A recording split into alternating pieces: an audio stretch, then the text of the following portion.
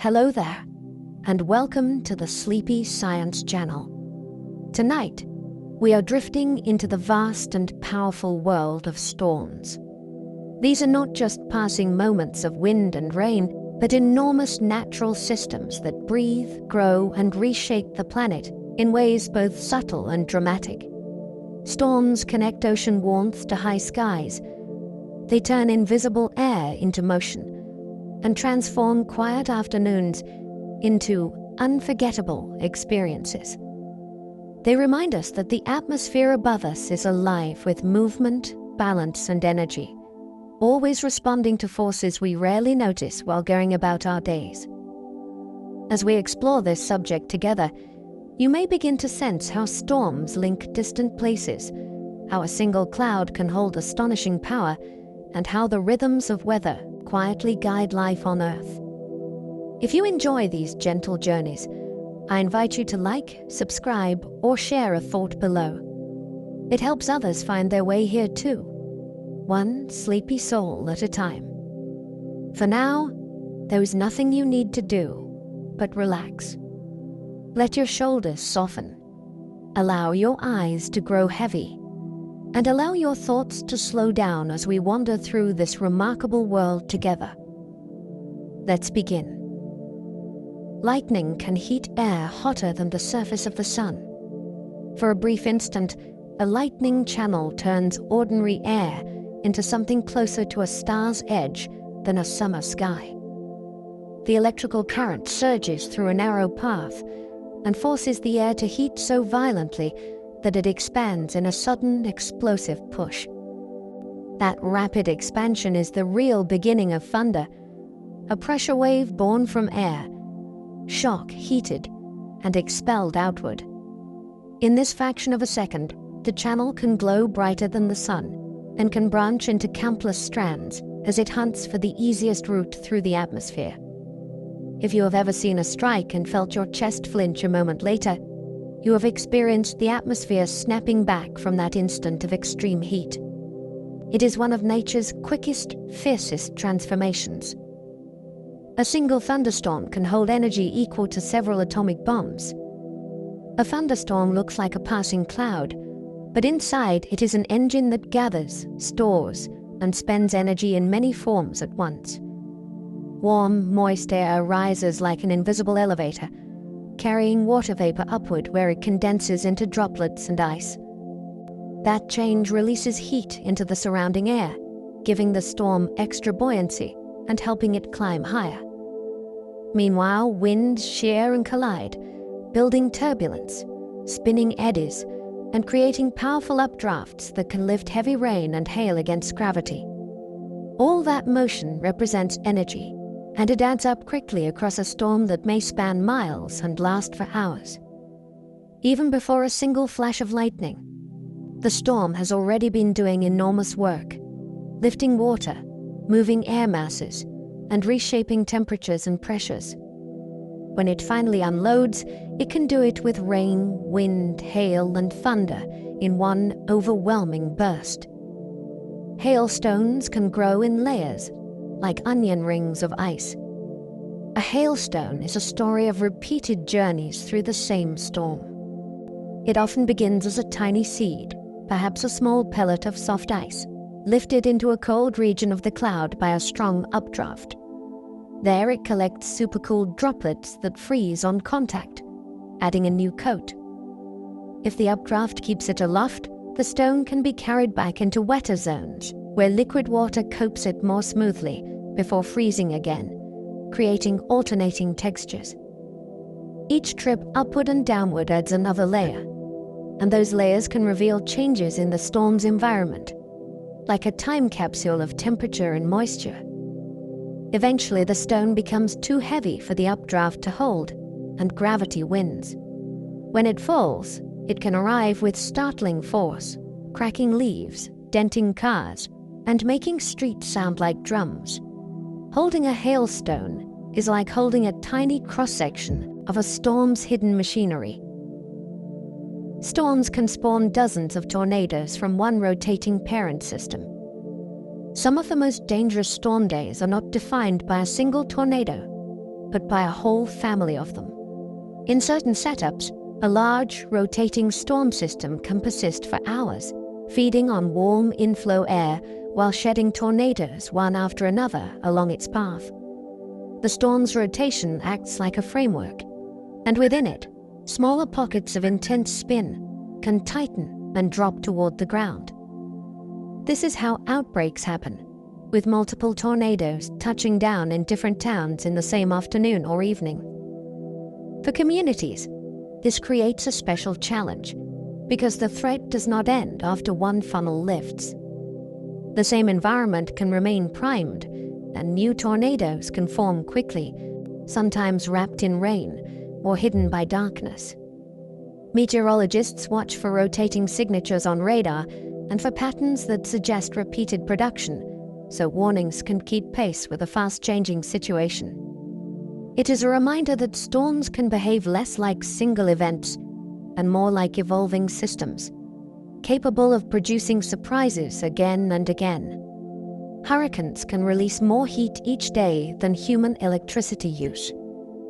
A hurricane is not powered by wind so much as by warm ocean water and the phase changes of water itself. As moist air rises in spiraling bands, water vapor condenses into clouds and rain, and that condensation releases hidden heat that had been stored in the vapor. The storm feeds on that warmth, using it to keep air rising, pressure dropping, and winds accelerating around the center. It is like a giant heat engine that runs day and night, taking energy that sunlight placed into the sea and turning it into motion and rain. What makes this so startling is the scale. The storm's cloud shield can stretch wider than whole countries, and the heat released by condensation happens throughout that vast, churning structure. This is why a hurricane can keep going for days while appearing almost steady on satellite, even as it constantly rebuilds itself. The ocean is the fuel tank, and evaporation is the pump that keeps it running. The tallest thunderstorms punch into the stratosphere like living towers. Some storms grow so tall that they reach a boundary where the atmosphere changes personality. In the lower layers, rising air can keep climbing if it stays warmer than its surroundings. But higher up the temperature pattern flips, and that rising motion meets resistance. When an especially powerful updraft reaches that level, it can slam into it and spread outward, forming the familiar anvil shape, as if the storm has hit a ceiling. From the ground, these storms can look like towering mountains made of cloud, with bright sunlit edges and dark, dense bases. Inside, air is rising fast enough to carry droplets and ice high above where they started, building thick cloud tops that can cast shadows over entire landscapes. Pilots and meteorologists watch these towers carefully because their height hints at strength, and their shape can reveal how violently the air is moving within. A thunderstorm that tall is not just weather, it is architecture, built from heat and moisture. Tornado winds can exceed a fast race car at full speed. A tornado is a focused, spinning channel where the atmosphere concentrates motion into a tight, rotating core. It is not simply strong wind, but organized rotation that can turn fences into ribbons, lift roofs like lids, and carry debris in looping arcs through the air. What makes tornadoes so mesmerizing is the way they can be both narrow and devastating, carving a path that is fierce in one neighborhood and calm a short distance away. In some cases, winds can become fast enough to throw objects with frightening force, which is why flying debris is often the most dangerous part. Yet tornadoes are also strange and selective. They can toss heavy items while leaving something delicate nearby, like a single tree or a small patch of grass, standing by chance. Storm chasers pursue them not for thrill alone, but to measure rotation, pressure, and structure, so warnings can arrive sooner. Each improved forecast can mean the difference between surprise and survival. Some storms create their own lightning factories inside swirling hail. Inside a strong thunderstorm, Hail is not just ice falling from the sky. It can be part of a busy, invisible workshop where collisions build electric charge. As hailstones and smaller ice crystals tumble and crash within powerful updrafts, they swap charge in ways that separate positive and negative regions inside the cloud.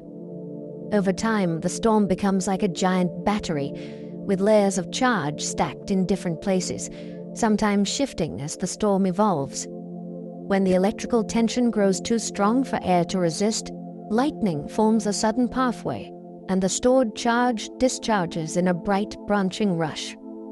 Hail makes this process more intense because it thrives in the storm's strongest updrafts, the same areas where collisions are most frequent. That is why some of the most lightning-active storms are also hail producers, with chaotic cores that can sound like drum beats on rooftops. The next time you hear hail rattle, it may be the soundtrack of electricity being built overhead. Thunder is shockwave physics, not just sound rolling through clouds. Thunder does not begin as a gentle noise.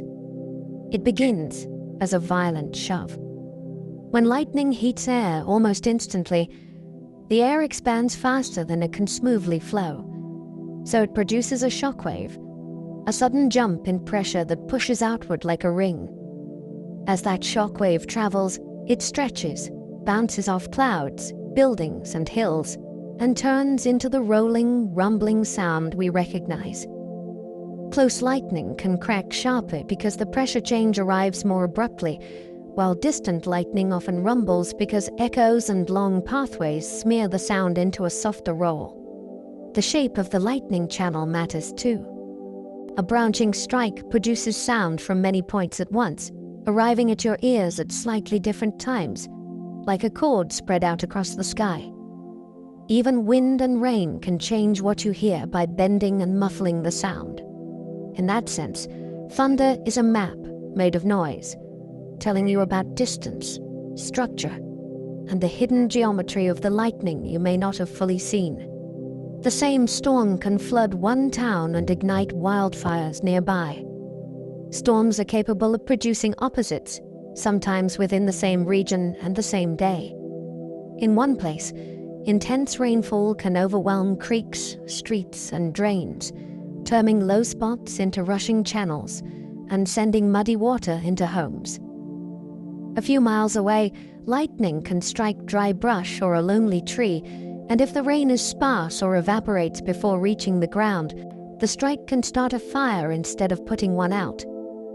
This is especially likely when storms are high-based, with rain that falls through dry air and disappears, while lightning still reaches the ground. It feels almost unfair, water in one neighborhood and flame in another, both delivered by the same towering cloud system.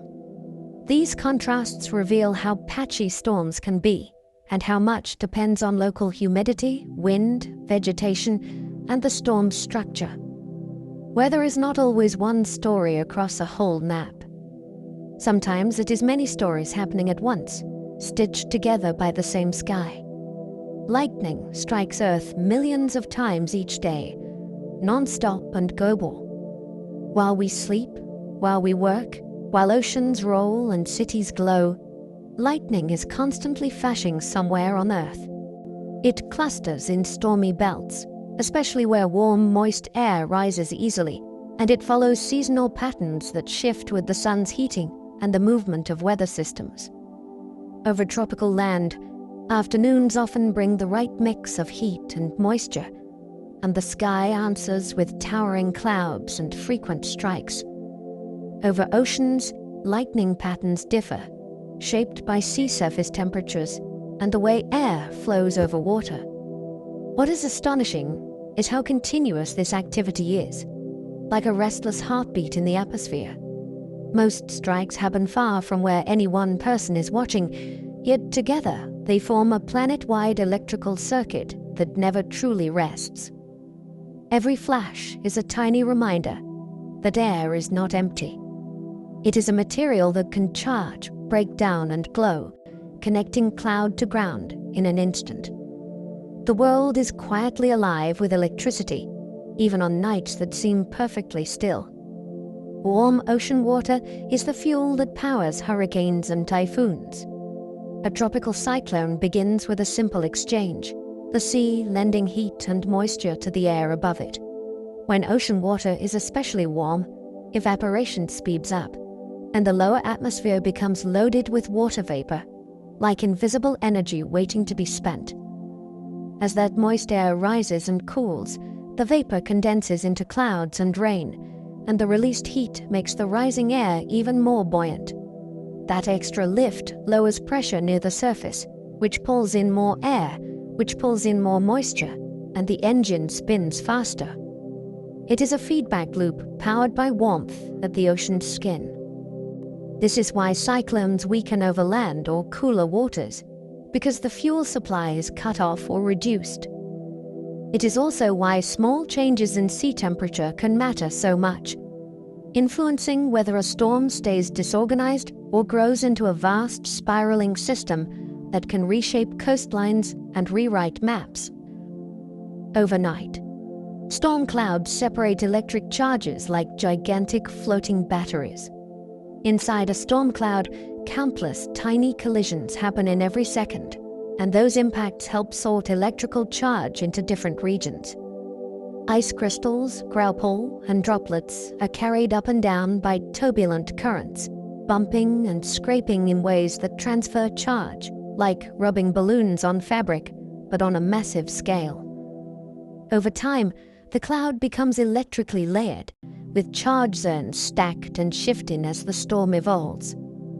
The air between these zones acts like insulation until the electrical pressure becomes too intense, and then the cloud begins to search for a pathway. Lightning is that pathway, a sudden breakdown that turns the sky into a glowing circuit. What makes this feel so magical is that the separation is invisible while it is happening. The cloud looks peaceful from a distance, even as it is quietly organizing a powerful imbalance. Then, without warning, it corrects itself in a flash that can branch in multiple directions, lighting up the interior like a lantern. Some thunderstorms produce microbursts that slam air straight downward. Most people imagine storms as rising air, but some of the most dangerous moments come from sudden sinking. A microburst happens when a pocket of air inside a storm becomes much heavier than the air around it, often because rain evaporates into drier air and cools it, or because melting ice chills it. That cooled air plunges toward the ground, accelerating like a falling column. When it hits the surface, it cannot keep going downward, so it spreads out in all directions as a powerful blast of wind. From above, it is like dropping a stone into a pond, except the ripples are gusts that can topple trees and flip lightweight objects. For aircraft, this is especially hazardous because a plane can fly from headwind into tailwind within seconds, losing lift close to the ground. What makes microbursts eerie is their speed and compactness. They can arrive suddenly, strike hard, and fade quickly, leaving behind damage that looks like a wide splash pattern. Squall lines can stretch for hundreds of miles like moving walls. A squall line is a long, connected chain of storms that organizes itself into a sweeping front. Instead of isolated thunderheads popping up here and there, the atmosphere lines them up, often along a boundary where cooler air is pushing under warmer air. That lift triggers new storms repeatedly along the edge, so the line can persist and race forward like a living barricade. From the ground, it may look like a dark horizon that grows taller and closer, bringing a sudden shift from stillness to roaring wind. These lines can produce intense straight-line gusts, bursts of heavy rain, frequent lightning, and sometimes embedded tornadoes, all moving together as one coordinated system. They are especially dramatic at night, when the flashes can strobe across an entire skyline, illuminating the line's layered structure like a moving city of cloud. A squall line's power is not just in any single cell, but in its teamwork, with outflow and inflow constantly rebuilding the advancing edge. A storm's anvil cloud spreads outward when rising air hits a ceiling. Deep inside a strong thunderstorm, air rises until it reaches a level where the atmosphere stops getting colder with height and becomes more stable. When the updraft meets that layer, it can no longer climb easily, so it spreads sideways, carrying ice crystals outward and forming the broad, flat anvil shape. This is more than a pretty silhouette. It is a sign that the storm has grown tall enough to reach a major boundary in the sky. The anvil can drift far downwind, sometimes shading areas that never see rain, and it can seed wispy cirrus clouds that linger long after the storm core collapses.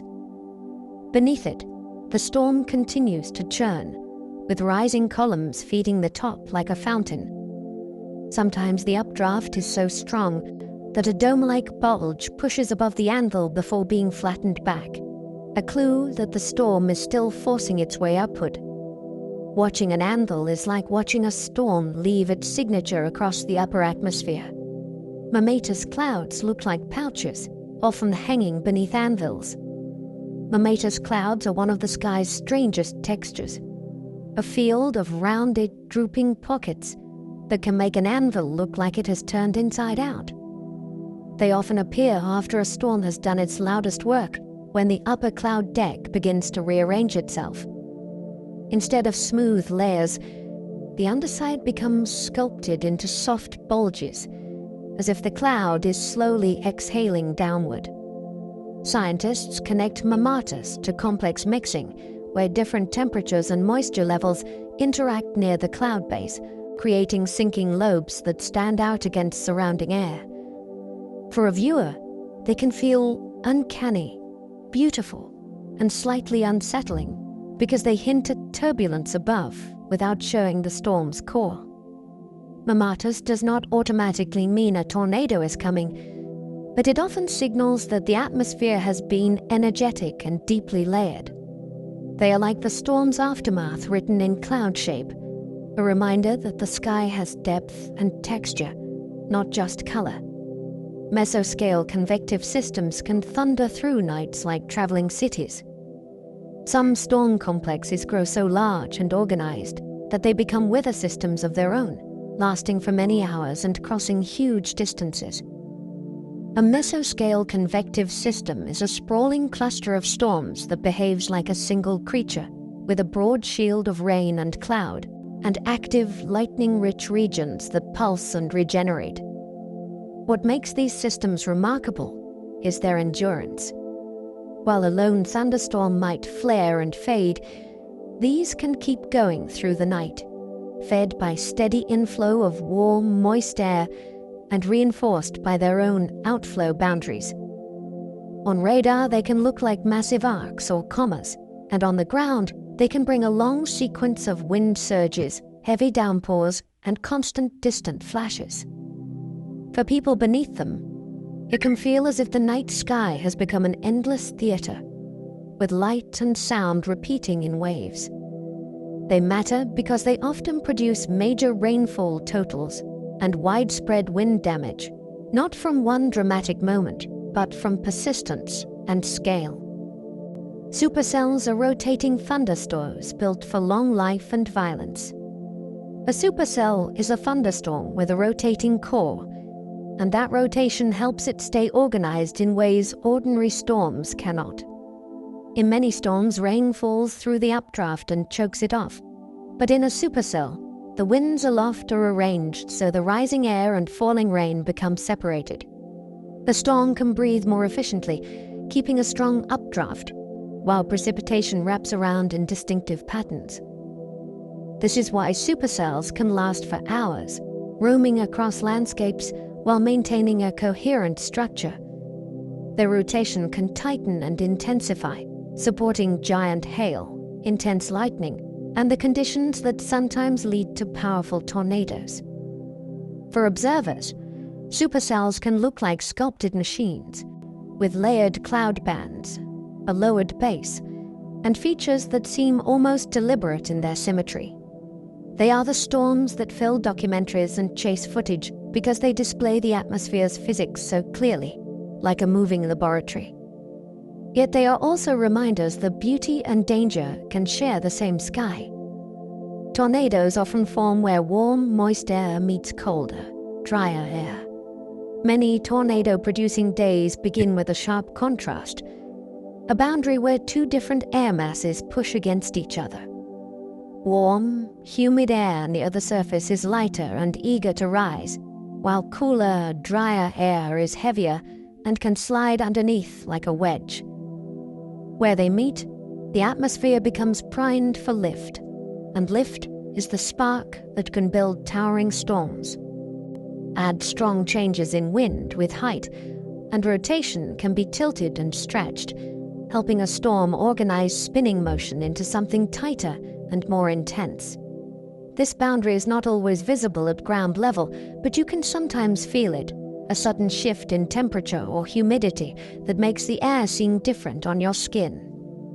Storms that form along such lines can intensify quickly because they are tapping into both ingredients at once: moisture and instability, plus the structure that helps rotation develop. It is like setting the stage with opposing characters, then watching the drama unfold in the sky. The storm's updraft can lift raindrops high enough to freeze. Inside a powerful thunderstorm, gravity is not the boss, at least not right away. Rising air can surge upward fast enough to scoop up forming raindrops and carry them into much colder layers of the cloud. There, droplets can chill below freezing while still staying liquid for a while, a strange state called supercooled water. When these droplets finally meet an ice crystal or a tiny bit of frozen grit, they can freeze suddenly and add mass. If the updraft is strong, the growing particles are not allowed to fall. They are lifted again and again, cycling through regions of different temperature and moisture like an elevator that never stops. This is how storms turn ordinary water into ice aloft, and why a cloud can hold a hidden blizzard inside it, even on a warm day. The next time you watch towering clouds build, imagine the unseen conveyor belts inside, hoisting water upward into a cold, glittering workshop. Lightning can travel horizontally for miles before striking ground. Lightning is often pictured as a straight bolt from cloud to earth, but many flashes are long journeys through the sky first. A strike can race sideways within a storm's charged regions, threading through cloud layers like a glowing root system searching for an exit. This is why you can sometimes see the whole underside of a cloud light up in branching patterns, even when the ground beneath you stays dry. Eventually, a branch may find a path downward, sometimes far from the rain core that built the charge in the first place. That sideways travel matters for safety because it helps explain why lightning can strike in places that feel removed from the storm, including areas under the storm's anvil or along its edges. It also explains the eerie experience of seeing a flash without a nearby downpour. The storm is bigger than the rainfall you can see, and the electrical web inside it can stretch far beyond the curtain of rain, quietly reaching outward before it ever reaches down. Positive lightning is rarer but often stronger and more dangerous. Not all lightning carries the same kind of punch. In many storms, the most common strikes involve negative charge moving toward the ground, but sometimes the storm's positive charge connects instead. These positive strikes tend to be less frequent, yet they are notorious because they can carry very high peak currents and can strike farther from the storm's heavy rain. That combination, stronger pulses and longer reach, makes them especially hazardous for people who think the storm has already moved away. Positive strikes are also often linked with intense storm structures, especially in mature or weakening stages when the charge arrangement can shift. They can produce exceptionally bright flashes and sharp, startling thunder that seems to hit with extra authority. They are part of why weather safety rules emphasize distance, not just rainfall. Even when the sky ahead looks lighter, the storm behind you may still be capable of reaching out with a powerful electrical handshake. It is a reminder that rarity does not mean harmlessness, and that storms keep secrets even as they fade. Dry lightning can spark major wildfires with little rainfall. Some of the most destructive fire seasons begin with storms that look generous from a distance, but offer very little water where it matters.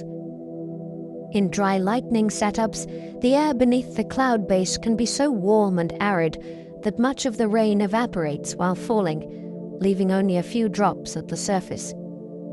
Lightning still reaches the ground, and when it strikes grasses, shrubs, or forests that have been dried by heat and wind, it can start smoldering fires that may not be noticed right away. A strike can ignite a tree's interior or set leaf litter burning under a canopy, creating a hidden start that grows later as winds pick up. Sometimes dozens of lightning ignitions can happen across remote terrain in a single evening, overwhelming firefighters before the fires even show their full size. This is one of the most unsettling storm contradictions: electricity without relief. The sky delivers the spark, but withholds the water. Understanding this helps explain why wildfire forecasts pay attention not just to heat and wind, but also to the kind of storms that might arrive and what they might leave behind. Some storms produce bolt from the blue strikes far from rain. There is a particular kind of lightning that feels unfair, the strike that arrives from a sky that looks almost safe. A bolt from the blue often comes from the storm's upper regions, where charged cloud material can extend outward well beyond the rainy core. From that extended cloud, a lightning channel can form and travel outward, then suddenly drop to the ground in a place that may have sunshine, light winds, and no falling rain. People sometimes describe it as lightning from a clear sky, though the parent storm is usually visible somewhere, perhaps off to one side, or hidden behind a tree line. These strikes can reach surprising distances because they use the storm's sprawling top as a launch pad. They are one reason safety advice stresses that you do not need to be under a downpour to be at risk. If you can hear thunder, the electrical reach may already be close enough. The bolt's drama is in its suddenness, a reminder that a storm's true size includes parts you cannot feel, only see in silhouette. Thunder's low rumble comes from echoes and stretched-out shockwaves. A coast strike can snap, but a distant one can roll like a slow drum, and that difference tells a story about travel and space. When lightning forms, sound begins along the entire length of the channel, not from one single point. As that sound spreads, it arrives at your ears in pieces, some parts sooner, some later, depending on how far each segment is from you. Terrain and buildings can reflect the sound, adding layers, while cloud decks can bounce it back and forth like a ceiling. Over distance, the higher frequencies fade faster, leaving the lower tones to dominate, which is why far thunder often feels deeper and softer. Wind can also bend sound paths, making thunder seem to come from a different direction than the lightning you saw. The rumble is not a single voice, but a chorus made from many small arrivals. Each row is shaped by geometry, weather, and landscape, turning a moment of electricity into a long, wandering soundscape across the sky. Infrasonic storm sounds can travel vast distances beyond human hearing. Storms do not only speak in the thunder we can hear. They also generate deep, slow pressure waves called infrasound, tones so low that our ears do not register them as sound. These signals can travel remarkable distances, sometimes hundreds or even thousands of miles under the right atmospheric conditions, slipping through the air like a quiet message. Scientists use infrasound sensors to study storms, volcanoes, and even meteor events, because the waves can reveal distant activity that is otherwise hidden by darkness or cloud. Infrasound from severe storms may carry information about turbulence, powerful updrafts, and large-scale storm structure. It is as if the atmosphere has a second channel of communication. one that humans do not naturally notice, yet it is always there. Thinking about this can change how a storm feels. The sky is not only flashing and rumbling, it is also pulsing with slow waves that pass through the world unnoticed, tugging gently on air pressure in a way that instruments can hear, even when we cannot. Storms can generate gravity waves that ripple through the atmosphere. When a storm pushes air upward strongly, the atmosphere can respond like a stretched fabric that has been plucked. Gravity waves are not the same as the cosmic waves you hear about in astronomy. These are ripples in air caused by buoyancy and gravity working together to restore balance after air is displaced.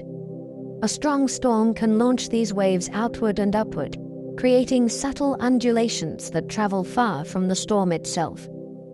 Sometimes they show up as bands in clouds, evenly spaced arcs that look like the sky has been brushed with a comb.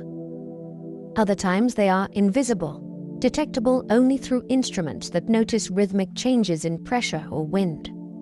These waves can influence where new clouds form, how air mixes, and even how other storms evolve nearby. It is a reminder that the atmosphere is connected and that a thunderstorm is not just an isolated column. It can send ripples through the air around it, like a stone dropped into a pond of sky. The storm's reach is not only in rain and lightning, but in the way it can gently reshape the atmosphere at a distance. The smell after lightning comes partly from ozone and nitrogen compounds. After a nearby strike, the air can take on a sharp, clean scent that feels like the world has been freshly rinsed. Part of that smell is ozone, a molecule formed when lightning's energy splits oxygen molecules and allows them to recombine in a new arrangement. Lightning also energizes nitrogen in the air, helping create nitrogen oxides that can later become nitrates, substances that eventually wash down with rain. This chemistry is one reason storms have long been linked with a sense of renewal. The strike is not only light and sound, but also a brief moment of atmospheric transformation, changing the makeup of the air around you. The scent can be strongest near intense electrical activity, especially when winds bring those freshly formed compounds down to where you can breathe them. Of course, rain itself also stirs up soil aromas and plant oils, adding to the storm's signature perfume. Together, these scents can make a storm feel almost like a change of season arriving in an instant. You are smelling chemistry in motion, created by a flash that lasted less than a heartbeat. Raindrops start as tiny cloud droplets, not instant falling beads. Rain begins with particles so small you would need a microscope to see them. In a cloud, water vapor condenses onto tiny airborne specks, like sea salt, dust, or smoke, forming droplets that are incredibly light. At first, these droplets float with the air and move wherever the wind and turbulence carry them. For rain to form, droplets must grow, and they do it in a few different ways depending on the cloud. In warmer clouds, droplets can collide and merge, slowly building larger drops like a patient collecting of tiny gifts. In colder clouds, ice crystals can grow at the expense of nearby droplets, then later melt into rain as they fall. The moment a drop becomes heavy enough, it begins to descend, but even then it may be lifted again by rising air before finally escaping. By the time rain reaches your skin, it has already lived a complicated life, shaped by invisible currents and countless encounters inside the cloud. What feels like a simple drizzle is actually the end of a long, delicate process. Raindrop size is limited. Large drops shatter into smaller ones. Rain looks gentle, but it is also a constant physics contest between growth and breakup. As a droplet falls, it collides with smaller droplets and can grow, yet the faster it falls, the more the air pushes back. That rushing air begins to flatten the drop, stretching it into a hamburger bun shape, then tugging it into something like a wobbling parachute. Past a certain size, the droplet becomes unstable, and it tears apart into a spray of smaller drops. This is why you do not get rain that falls as giant marbles of water from the sky. The atmosphere will not let it happen for long.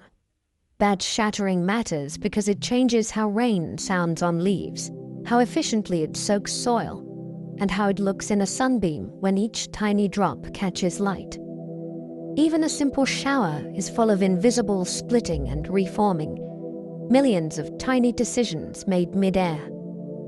Virga is rain that evaporates before it reaches the ground. Sometimes you can watch rain falling from a cloud like pale threads, only to see it vanish before it touches the earth. That disappearing act is virga, and it happens when the air below the cloud is so dry that falling droplets evaporate on the way down. The rain is real up above, yet the ground stays dusty, and the sky seems to be playing a trick. Virga can paint the horizon with soft streaks, and it can also create sudden wind shifts because evaporation cools the air and makes it heavier. That cooled air can sink and spread, sending gusts across open land, kicking up dust and making a warm evening feel abruptly different. In desert regions and high plains, virga is a common sight, like weather happening at a distance. It also hints at what is going on between cloud and ground, an unseen layer of thirsty air that can steal water before it arrives. Even when it does not wet the ground, it still reshapes the air you stand in. A rain shaft can look solid, but it is countless separate drops. From far away, a rain shaft can resemble a grey curtain hanging from a cloud, dense enough to feel almost like a wall. But if you could slow time and step inside, you would find open space everywhere, with individual drops falling through air, not a sheet of water. The illusion comes from distance and from the sheer number of drops aligned along your line of sight. Sunlight can make these shafts glow in places, or turn them merely black where the cloud is thick and the background is bright. Sometimes a shaft seems to end sharply at a boundary, because the storm's rainfall is concentrated in one narrow corridor while surrounding air stays dry. That sharp edge can mark where rising air is strongest, or where winds are carrying precipitation in a focused stream. Watching a rain shaft is like watching a storm reveal its plumbing, showing you exactly where the cloud is releasing its cargo and where it is holding back. Some storms create gust fronts that feel like a cool breath. There is a moment before the rain when the world changes texture. Leaves flip over, the air suddenly smells different, and a cool rush arrives, as if the storm has exhaled. That leading edge is a gust front, created when cooler, denser air from the storm spreads outward along the ground. It can race ahead of the rain, lifting warm air as it advances and making the atmosphere feel alive, like a moving boundary you can almost touch. People notice it on their skin, especially on hot days, because the temperature drop can be immediate. Birds may shift their flight, and dust may surge across a road as the front pushes through. This is not random wind. It is the storm's outflow acting like a miniature cold front, rearranging the lowest layer of the atmosphere. In some cases, it can be strong enough to break branches or topple signs, even before a single drop falls. It is the storm arriving early, announcing itself with a breath. Shelf clouds mark gust fronts, rolling like a low, curved lid. A shelf cloud is one of the most dramatic storm shapes you can see with your own eyes, because it looks built like a rolling ledge sliding toward you. It forms where a gust front lifts warm, moist air ahead of the storm, forcing that air upward until it cools and condenses into cloud. The result is a low, horizontal band, often with a smooth leading edge and a darker, turbulent underside. As it advances, it can appear to rotate or boil, not because it is a tornado, but because air is being lifted and mixed along the boundary. The shelf can stretch across much of the horizon, giving the storm a sense of scale that radar maps hint at, but cannot fully convey. For someone watching from a porch or a field, it can feel like the sky is lowering, like a lid closing softly, but irresistibly. It is a visible map of airflow, showing you where the storm's cool outflow is undercutting the warm air near the surface. When a shelf cloud arrives, the storm is not just overhead. It is moving through the landscape. Storm outflow can trigger new storms by lifting warm air ahead. A storm does not always end with itself. Sometimes it creates the conditions for its own successors. As rain-cooled air spreads outward along the ground, it behaves like a moving wedge that can shove warmer air upward along its leading edge. If that warm air is humid and unstable, the lift can be enough to spark new rising towers, and those towers can grow into fresh thunderstorms. In this way, a storm can act like a match that lights other matches, each one flaring along the advancing boundary. On some summer evenings, this is why storms seem to march in lines, with new cells popping up ahead, while older ones weaken behind. The outflow boundary can also bend and curve, creating pockets where lifting is especially strong. And those spots can become the birthplaces of the next big downpour. For weather watchers, outflow boundaries are fascinating because they are often invisible until clouds betray them. You might feel a breeze shift, see a subtle haze line, then notice new clouds rising as if the air has decided to stand up. The storm's influence keeps traveling, even after the thunder fades. Lightning can strike the same place repeatedly in minutes. A tall object on an open landscape can become a preferred target, not because it attracts lightning like a magnet, but because it offers the shortest, easiest connection when the electric field is strong. During an active storm, conditions can reset quickly. Charges rebuild, pathways in the air become favorable again, and repeated strikes can hit the same tower, tree, or ridgeline in rapid succession. This is why lightning protection on skyscrapers and communication masts is designed for many hits, not a single dramatic moment. Each strike can follow a slightly different branch pattern, and the timing between them can be surprisingly short, like the storm is tapping the same spot to test it again and again. For trees, repeated strikes can be devastating, heating moisture inside and ripping bark apart. For engineers, repeated strikes are expected behavior, part of how storms discharge over time. If you have ever watched a distant tower flicker with multiple flashes in one storm, you are seeing the atmosphere finding the same convenient doorway, over and over. Thunderstorms help balance Earth's electrical charge between ground and sky. Earth and the atmosphere form a planet-sized electrical system, with the ground and the upper atmosphere acting like huge conducting layers. In fair weather, there is a small, steady electric field near the surface, and a gentle current flows through the air, almost like a quiet leak in a circuit. Thunderstorms play a dramatic role in maintaining this global balance by moving charge upward and rearranging where it sits. Think of storms as active generators inside a mostly calm electrical world. When lightning occurs, it is not only a local spark. It is part of a broader exchange that helps keep the overall system from drifting too far out of balance. Scientists talk about the ionosphere high above and the surface below as partners in this circuit, with storms acting as the energetic middlemen. This idea is wonderfully strange because it means storms are not just weather events. They are also electrical events that connect the surface you walk on to layers of atmosphere far above airplane height. In a quiet way, storms help keep the planet's electrical bookkeeping in order. Storm clouds can carry ice crystals, liquid water, and vapor together.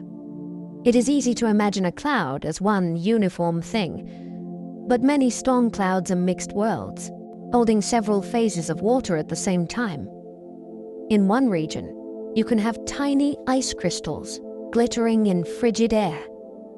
Nearby, there can be liquid droplets that remain unfrozen even below the usual freezing point, simply because they have not been triggered to freeze yet. And everywhere, water vapor weaves through as an invisible ingredient, ready to condense or deposit onto ice. This mixed state is one reason storms can be so dynamic. Different forms of water interact, grow, and change quickly, releasing or absorbing heat as they shift between vapor, liquid, and solid. That constant switching influences buoyancy, cloud shape, and the intensity of precipitation. It also creates environments where hail can grow, where lightning becomes more likely, and where heavy rain can suddenly ramp up. A storm cloud is not a single substance floating overhead. It is a layered laboratory where water is constantly choosing what to become next, depending on temperature, motion, and chance collisions. Heavy rain can cool the air, changing a storm's own behavior. When a storm pours hard, it can reshape itself from the inside out. Falling rain drags air downward, and evaporation can cool that air even more, making it heavier and faster as it sinks. When that cooled air reaches the ground, it spreads outward and can undercut the storm's warm inflow, sometimes cutting off the very rising air that keeps the storm vigorous. This is one reason some storms collapse after a dramatic downpour, as if they used up their own support. In other situations, the spreading cool pool can push into warm air nearby and help ignite new updrafts along its edge, shifting the storm's focus and moving the action. The rain is not just a result. It is also a tool that storms use to rearrange temperature and wind near the surface. On hot days, you can feel this transformation as a sudden chill and a fresh wind that follows the heaviest burst. At coolness is the storm rewriting the local atmosphere, deciding where the next lift will happen and whether the storm will fade or rebuild. The world's heaviest rainfalls can drop months of water in hours. In the right conditions, the sky can empty itself with a speed that feels impossible.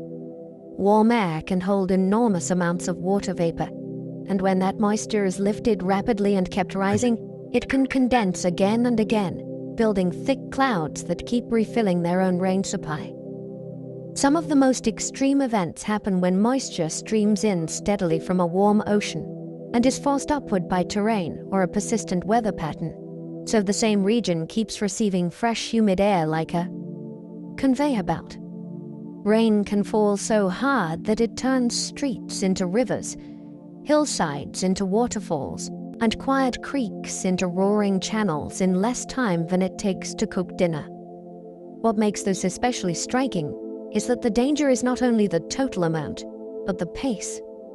Soil cannot absorb water fast enough, drainage systems cannot keep up, and water finds every low path it can. These events are reminders that rain is not always gentle. Sometimes it is a sudden, overwhelming delivery of the atmosphere's stored moisture. Monsoon storms are seasonal shifts of wind, not just daily rain. A monsoon is often spoken of as a rainy season, but its true heart is a giant change in wind direction, driven by heating differences between land and sea. As land warms more strongly than nearby oceans, air rises over the continent, and that rising motion draws in moist air from over the water. Over weeks, the pattern becomes reliable, like a seasonal breath, bringing moisture inland and feeding repeated storm development. The rain can arrive in bursts, with dramatic downpours and then breaks of sun, because monsoons are not a single storm but a shifting system that creates many opportunities for storms to form. In places influenced by monsoons, daily life adapts to this rhythm. Crops, rivers, reservoirs, and even architecture are shaped by the expectation that the sky will eventually open. Yet monsoons can also be delicate. Their timing and strength can vary, and small changes can mean drought in one year or flooding in another. Thinking of a monsoon as wind first and rain second makes it feel even more like a living seasonal machine. Orographic storms form when mountains force air to climb and cool. Mountains can make weather without ever moving, simply by standing in the path of wind. When moist air flows toward a mountain range, it has only a few options, and one of them is to rise. As it climbs, the air expands in the lower pressure and cools, and cooling encourages water vapor to condense into cloud. If the lift is steady, clouds thicken and precipitation begins, often focused along the windward slopes where the air is being forced upward most strongly. This is why some mountain valleys can be lush while nearby plains are much drier, and why hikers can walk from sunshine into fog and rain in a short distance. On the other side of the range, the descending air warms and dries, creating a rain shadow where clear skies are more common. In a sense, the mountain is a giant weather gate, squeezing moisture out of the air on one side and guarding dryness on the other. It turns geography into atmosphere, shaping storms with stone and height. Lake-effect snowstorms can dump huge snow from relatively small lakes. The lake-effect snowstorm begins with cold air sweeping over a comparatively warmer lake surface.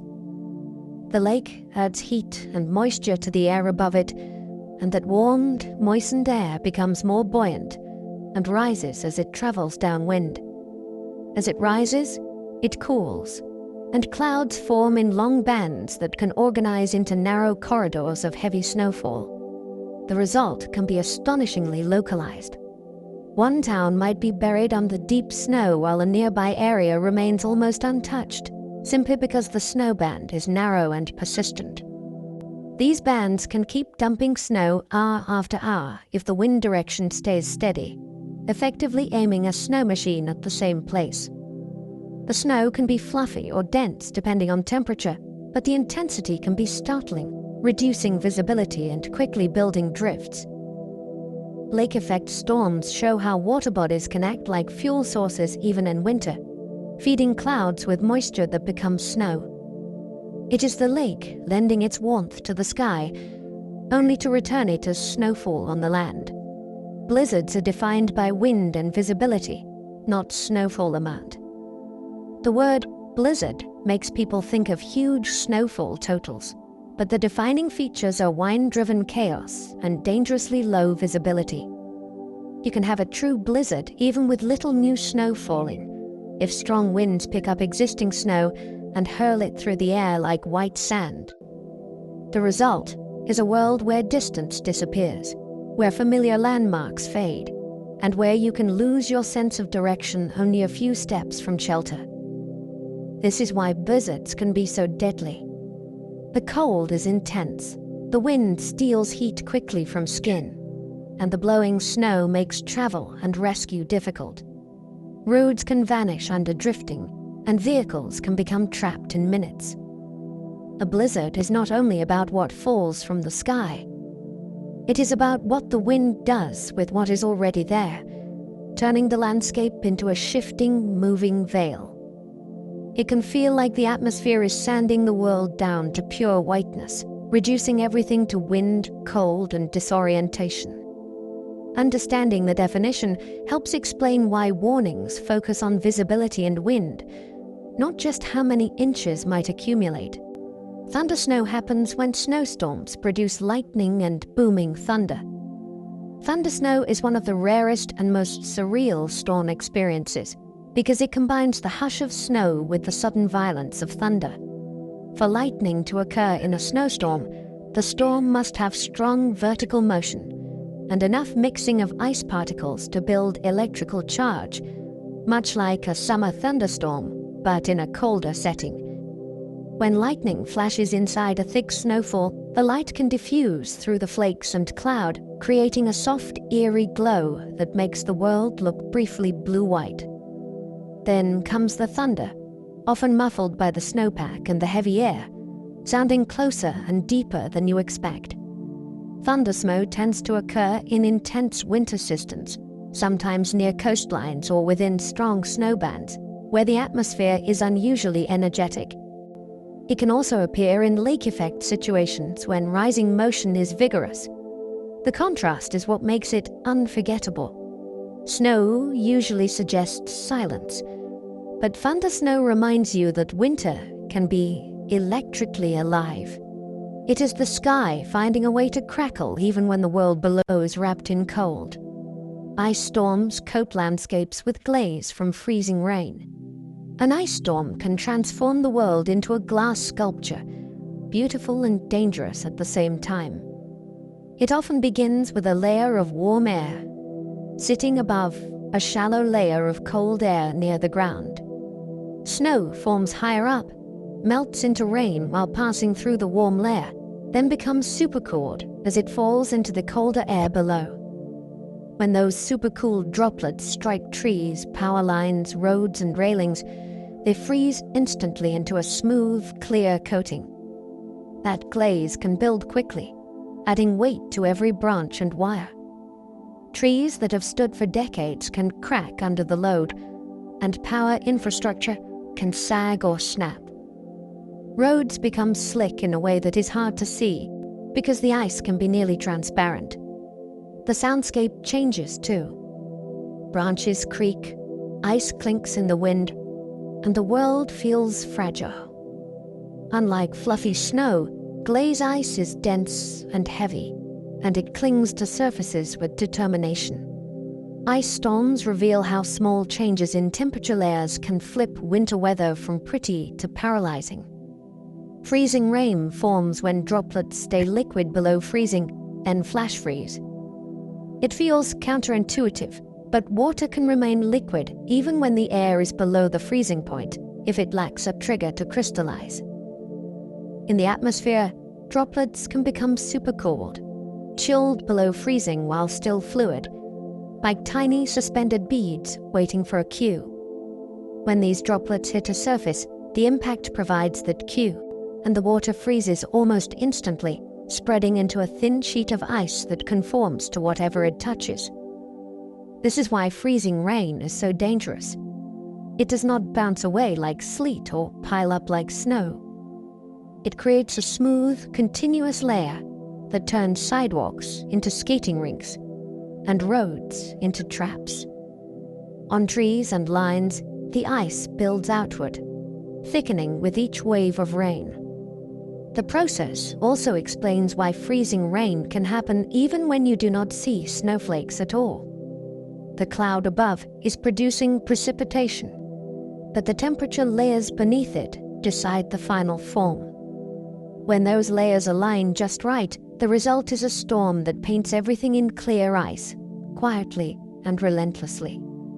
Sleet is refrozen raindrops, tiny ice pellets that bounce. Sleet forms when raindrops begin as liquid, but then fall through a deeper layer of freezing air that gives them time to turn solid before reaching the ground. Instead of coating surfaces with glaze, these refrozen drops arrive as small pellets that can bounce and rattle, sounding like handfuls of rice thrown onto windows. Because sleet is solid, it tends to accumulate differently than snow. It can pile up in crunchy layers, and it can mix with snow to create dense, compacted surfaces that are heavy and slippery. Sleet is also a clue to what the atmosphere is doing above you. It suggests there is a warm layer aloft that melted snow into rain, paired with a cold layer below that refroze it. In that sense, sleet is a messenger from the sky's hidden temperature structure. It can make driving treacherous because it can roll under tires like tiny ball bearings, yet it often does not look as dramatic as a heavy snowstorm. It is winter weather with a quiet bite, arriving as bouncing pellets that signal layered air and tricky transitions. Graupool is soft hail, like little icy beads of foam. Graupool looks like small white pellets that resemble tiny popcorn pieces or foam beads, and it forms when snowflakes are coated by supercooled droplets that freeze onto them. Unlike sleek hailstones, Graupool is often soft and crumbly because the coating traps air and creates a frosty texture. It can fall in sudden bursts, peppering the ground and rooftops with a gentle rattle, then melting away quickly if temperatures are mild. Because Graupool forms in clouds where supercooled water and ice crystals coexist, it is a sign of lively cloud physics, where different phases of water are mixing and colliding. On mountain slopes, graupel can be especially important because it can behave like tiny ball bearings on snow surfaces, creating slippery layers that sometimes contribute to avalanche conditions later. For anyone watching the sky, graupel is a delightful surprise because it does not fit the simple categories of rain, snow, or hail. It is a middle form, a soft ice pellet born from snowflakes that were suddenly dressed in frozen droplets. It reminds you that the atmosphere has many ways to turn water into something new. Tropical cyclones have different names, but the physics is the same. Around the world, people use different words for the same kind of giant spinning storm, depending on where it forms. In one ocean basin, it is called a hurricane. In another, a typhoon. And in others, it may simply be called a cyclone. The naming can make them feel like different creatures, but the basic recipe is shared. Warm ocean water feeds moisture into the air, rising motion builds tall clouds, and the spinning earth helps organize the flow into a rotating system.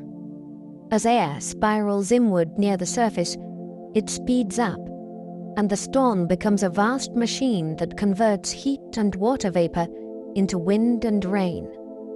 What changes from place to place is the environment around the storm, the steering winds, the nearby land shapes, and the local ocean patterns that can help a system grow or tear it apart. Knowing the shared physics helps you understand why storms in different oceans can still look strikingly similar from space, like cousins wearing different regional names. An eye forms when a cyclone's core becomes calm and sinking. At the heart of many powerful cyclones is a surprising feature, a calm center that can feel almost peaceful compared to the chaos around it. This happens when the storm's strongest rising motion wraps into a ring, leaving the very center dominated by sinking air. Sinking air warms as it compresses, which discourages cloud formation, so the middle can clear out into a circular window. From above, it looks like the storm is staring back, a quiet pupil surrounded by a swirling iris. Inside that calm, winds can drop dramatically, skies can brighten, and in some cases stars can appear at night. Yet the calm is a trap for the unprepared, because the most violent part of the storm is not far away. The eye is bounded by towering clouds and fierce winds, and when the storm moves, that boundary can sweep over a location quickly. The eye's existence is a sign of organization and strength, like a spinning top that has found balance. It is the storm's still point, created not by gentleness, but by intense structure. The eye wall holds a storm's fiercest winds and heaviest rain. If the eye is the storm's quiet center, the eye wall is its roaring fortress. This is a ring of deep thunderstorms wrapped tightly around the core, where air rises violently and the pressure difference is steep. Steeper pressure gradients drive faster winds, so the eye wall often contains the strongest sustained winds in the entire cyclone. It is also where rain can fall in blinding sheets and where the atmosphere can feel like it is being run out. The clouds here can climb to extraordinary heights, and the turbulence can be severe, making it one of the most challenging regions for any aircraft that studies storms. For people on the ground, the eye wall's passage is often the defining experience. The hours when roofs strain, trees twist, and waves surge. What makes it so gripping is the sharp contrast. Conditions can worsen rapidly as the eye wall arrives, then ease if the eye passes overhead, only to become fierce again as the far side of the eye wall returns. It is the storm's main engine room, concentrated into a moving ring. Eye wall replacement can weaken a hurricane, then strengthen it again. Sometimes a cyclone does something that feels like a magician's trick, tearing down its own strongest ring and building a new one. In an eye wall replacement cycle, a second ring of thunderstorms forms outside the original eye wall. This outer ring can gradually tighten and begin to starve the inner ring of moisture and inflow, causing the inner eye wall to collapse. During this transition, peak winds often decrease because the strongest circulation is reorganizing. But the story does not always end with weakening. Once the outer eye wall becomes dominant, the storm can intensify again, sometimes with a larger area of strong wind than before. This matters because a storm can become broader even as its maximum wind changes, altering where the most damaging conditions occur. From satellite imagery, these cycles can appear as concentric rings, like ripples around the eye. For forecasters, they are a challenge because they can shift intensity and structure on a timescale of hours. For anyone in the path, they are a reminder that storms evolve, and that a temporary lull does not always mean the danger has passed. Storm surge is ocean water pushed ashore, not simply high waves. Storm surge is often misunderstood as just big surf, but it is more like the sea itself being lifted and shoved onto land. Powerful winds push water toward the coast, and low pressure in the storm's center allows the ocean surface to rise further, like the water bulging upward under a lighter weight of air. When that elevated water reaches shallow coastal shelves, it can pile up even more, flooding areas that may be far from the immediate shoreline. The most dangerous surge often arrives where the coastline shape and seafloor contour funnel water into bays, estuaries, and river mouths, turning geography into an amplifier. Waves ride on top of the surge, adding force that can break structures and erode dunes. But the surge is the part that brings the ocean inland and keeps it there. It can turn streets into channels and trap people in places they thought were safe. What makes surge so frightening is that it can rise steadily and silently, especially at night, and its depth and speed can be hard to judge until it is already moving through neighborhoods. Hurricanes can grow larger over pooler water, even while weakening. It seems logical to assume a hurricane must shrink if it weakens, yet storms can expand even as their peak winds decrease. A cyclone's size is tied to its broader wind field and the way it interacts with the surrounding atmosphere, not only to the warmest water beneath its core. As a storm moves into less favorable conditions, its central engine may lose intensity, but the circulation can spread outward, with winds and rain bands covering a wider area.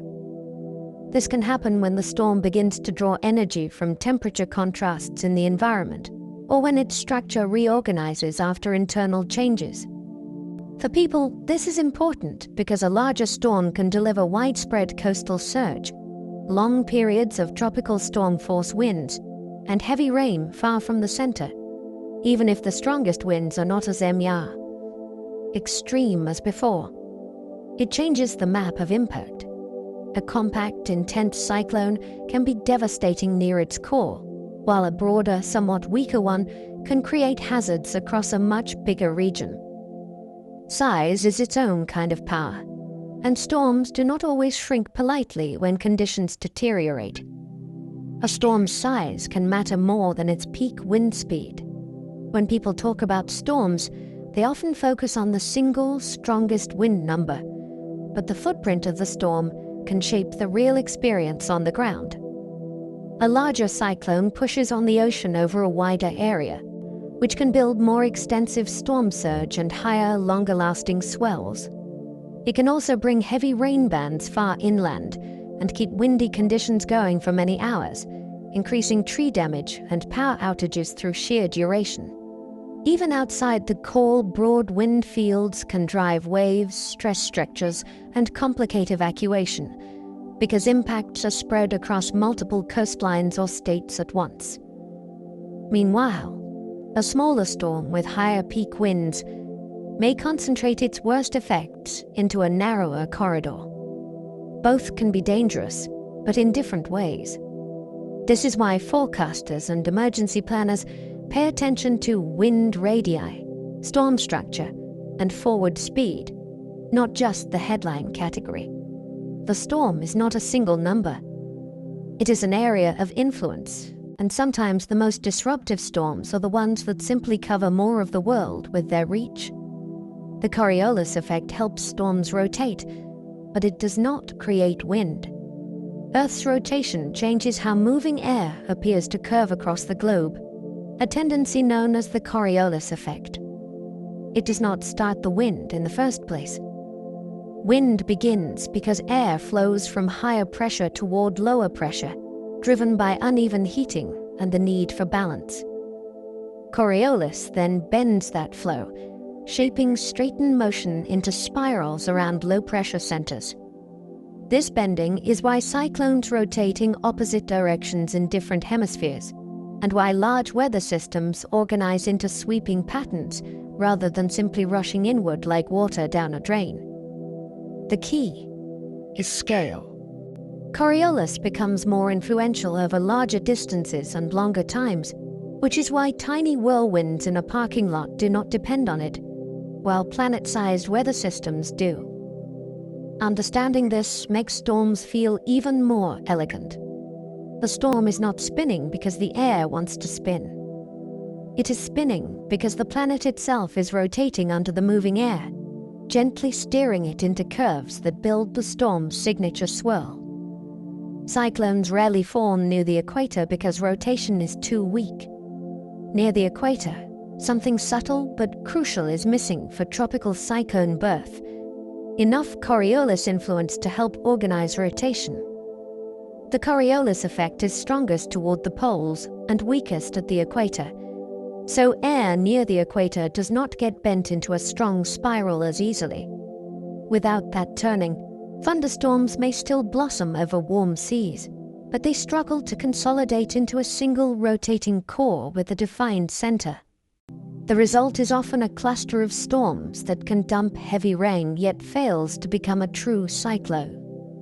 This is why most tropical cyclones form several degrees away from the equator, where the turning influence is strong enough to help a low-pressure area spin up and maintain its structure. It is a beautiful example of how a global property, the rotation of Earth, sets invisible boundaries on what kinds of storms can exist where. The equator is not calmer because it is protected by magic. It is calmer in this specific way because the geometry of rotation changes with latitude, and storms must follow that rule. Some tropical systems rapidly intensify in a single day. Rapid intensification is one of the most dramatic transformations in weather, when a tropical system strengthens far faster than most people expect. A storm that seemed manageable in the morning can become far more dangerous by the next sunrise, because the environment suddenly lines up in its favor.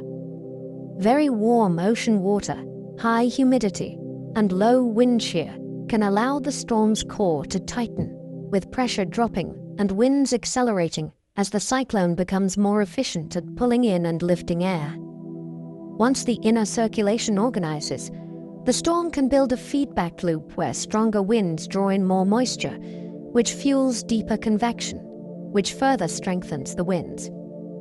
Forecasters watch for signs like improving symmetry, strengthening inner rain bands, and falling central pressure, because rapid changes can shrink preparation time. For coastal communities, this is one of the most stressful storm behaviors, because it challenges normal expectations of gradual development. Rapid intensification is a reminder that storms are not always slow-building threats. Under the right conditions, the atmosphere can shift gears quickly, and a system can leap from ordinary to extraordinary in less than a day. Atmospheric rivers are narrow moisture highways that feed extreme storms. Imagine a long, invisible ribbon of damp air stretching across an ocean, quietly transporting moisture like a conveyor belt in the sky. That is an atmospheric river, a focused corridor of water vapor that can be thousands of miles long, but only a few hundred miles wide. On calm days, it is just moisture in motion, but when it reaches land and is forced upward by mountains or weather fronts, that vapor can condense into thick clouds and intense precipitation. The result can be days of heavy rain or mountain snow, delivered with a persistence that feels relentless. What makes atmospheric rivers so fascinating is that they are not storms by themselves. They are the fuel lines that storms tap into. They can feed a series of systems, one after another, keeping rivers rising and hillsides saturated. From space, you might see a pale plume aimed at a coastline like a soft arrow. On the ground, you experience it as a storm that seems to have an endless supply, because in a sense, it does. The sky is importing water from far away. A single atmospheric river can carry more water than major rivers.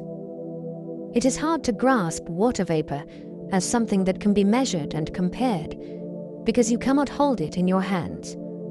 Yet the amount of moisture moving through an atmospheric river can be enormous, enough that the total transport rivals or exceeds the flow of some of the world's great rivers. Instead of rushing through a channel of rock, it flows through a channel of wind, guided by pressure patterns and shaped by temperature. This comparison matters because it hints at how quickly landscapes can change when that moisture finally falls out as rain or snow. A river on the ground is limited by its banks. A river in the sky can be steered and intensified by weather systems, and when it arrives at a mountain range, the air is forced upward and the moisture can unload efficiently. Suddenly, the air that seemed empty becomes a source of flooding creeks, roaring waterfalls, and snowpack that builds in a single storm cycle. Thinking of it as a river you cannot see helps the mind accept the scale. The atmosphere is capable of moving water in quantities that feel almost geological. Nor'easters can combine ocean moisture with cold air for huge snow. A nor'easter is a coastal storm that draws its power from contrast. Cold air spills down from the continent, while the ocean remains relatively warmer, offering moisture and heat to the atmosphere just offshore. As winds wrap around a developing low-pressure system, they can pull that ocean moisture into the cold air, creating thick cloud bands that produce heavy precipitation. If temperatures are right, that precipitation falls as snow, sometimes in dense bursts that pile up faster than plows can keep up. The name comes from the strong winds that blowing from the northeast along the coast, driving waves, throwing spray and adding coastal hazards on top of inland snow. What makes nor'easters memorable is their ability to linger and to wrap moisture back toward land again and again, creating long-duration storms rather than quick hits. They can produce sharp gradients too, with heavy snow a short distance inland and rain closer to the coast, depending on the storm track. A nor'easter is a reminder that winter storms can be ocean-fed, not just cold-driven. The sea helps right the snowfall. Bomb cyclones deepen rapidly, making winds intensify fast. Some mid-latitude storms strengthen with a speed that feels like a sudden drop into a steep valley. A bomb cyclone is a storm whose central pressure falls very quickly, a sign that the system is intensifying rapidly. When pressure drops fast, the pressure difference over distance becomes stronger, and that can accelerate winds, sometimes producing conditions that rival tropical storms in certain regions. These storms often thrive where warm and cold air masses clash sharply, and where upper-level winds help remove air from the storm's top, encouraging more air to rise from below. The ocean can add extra energy as well, especially in winter, when cold air sweeping over warmer water creates strong instability and moisture supply. For people, the effect can be dramatic. A forecast that seemed manageable can turn into a night of roaring wind, pounding surf, and rapid changes in weather.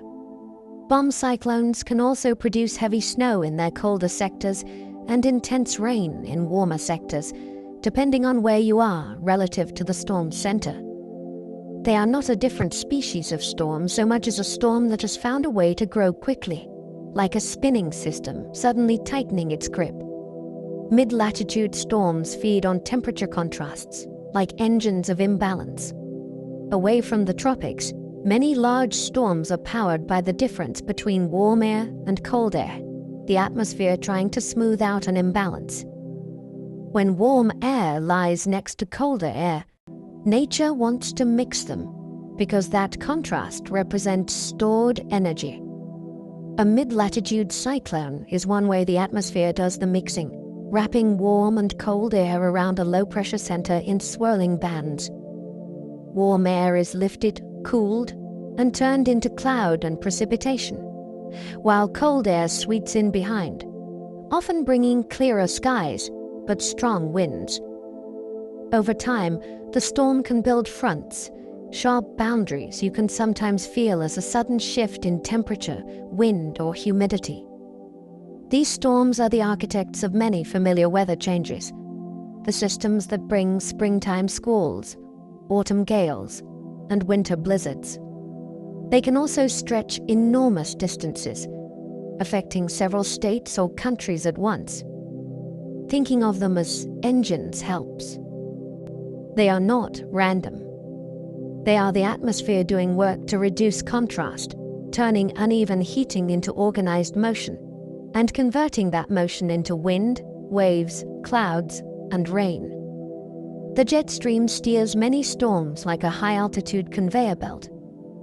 Far above the ground, narrow bands of strong winds race around the planet, and these fast flows help guide where storms go. The jet stream forms along strong temperature boundaries high in the atmosphere, and it can behave like a winding river of air, with bends that deepen and shift over days. Storms tend to form and intensify near these jets because the wind patterns aloft can encourage rising motion below, and once storms exist, the jet can act like a steering current. When the jet dips south, colder air can spill downward, and storm tracks can follow that dip. When it shifts north, warmer patterns may expand. For forecasters, the jet is a key clue for where a storm might travel and how quickly it might move. For a viewer, it is fascinating because it reveals that weather is not only a surface story. The clouds you see are often riding underneath a high-speed guide rail you never feel directly. The jet stream can also make storms race, or slow, depending on how straight or wavy it becomes. It is the invisible hand that often nudges storms across maps. Blocking patterns can trap storms, causing long, stubborn rain events. Sometimes the atmosphere settles into a pattern that refuses to budge, like furniture pushed into the path of moving air. A blocking pattern is a large-scale setup that slows or stalls the usual west-to-east progress of weather systems. When this happens, storms can linger over the same region or repeatedly pass over it along nearly the same track. The result can be long stretches of rain, day after day, not necessarily violent in any single hour, but relentless in accumulation. Rivers rise, soils saturate, and the risk of landslides and flooding increases because the ground never gets a break. Blocking can also lock in heat waves, but when it locks in wet weather, it can feel as if the sky has forgotten how to change. Forecasts become less about a single storm and more about persistence, about how long the pattern will hold before it finally loosens. For meteorologists, blocks are fascinating because they are expressions of big atmospheric waves that can stall. For ordinary life, they are exhausting because they turn weather into a stuck record. The storm is not always dramatic. Sometimes it is simply unwilling to leave.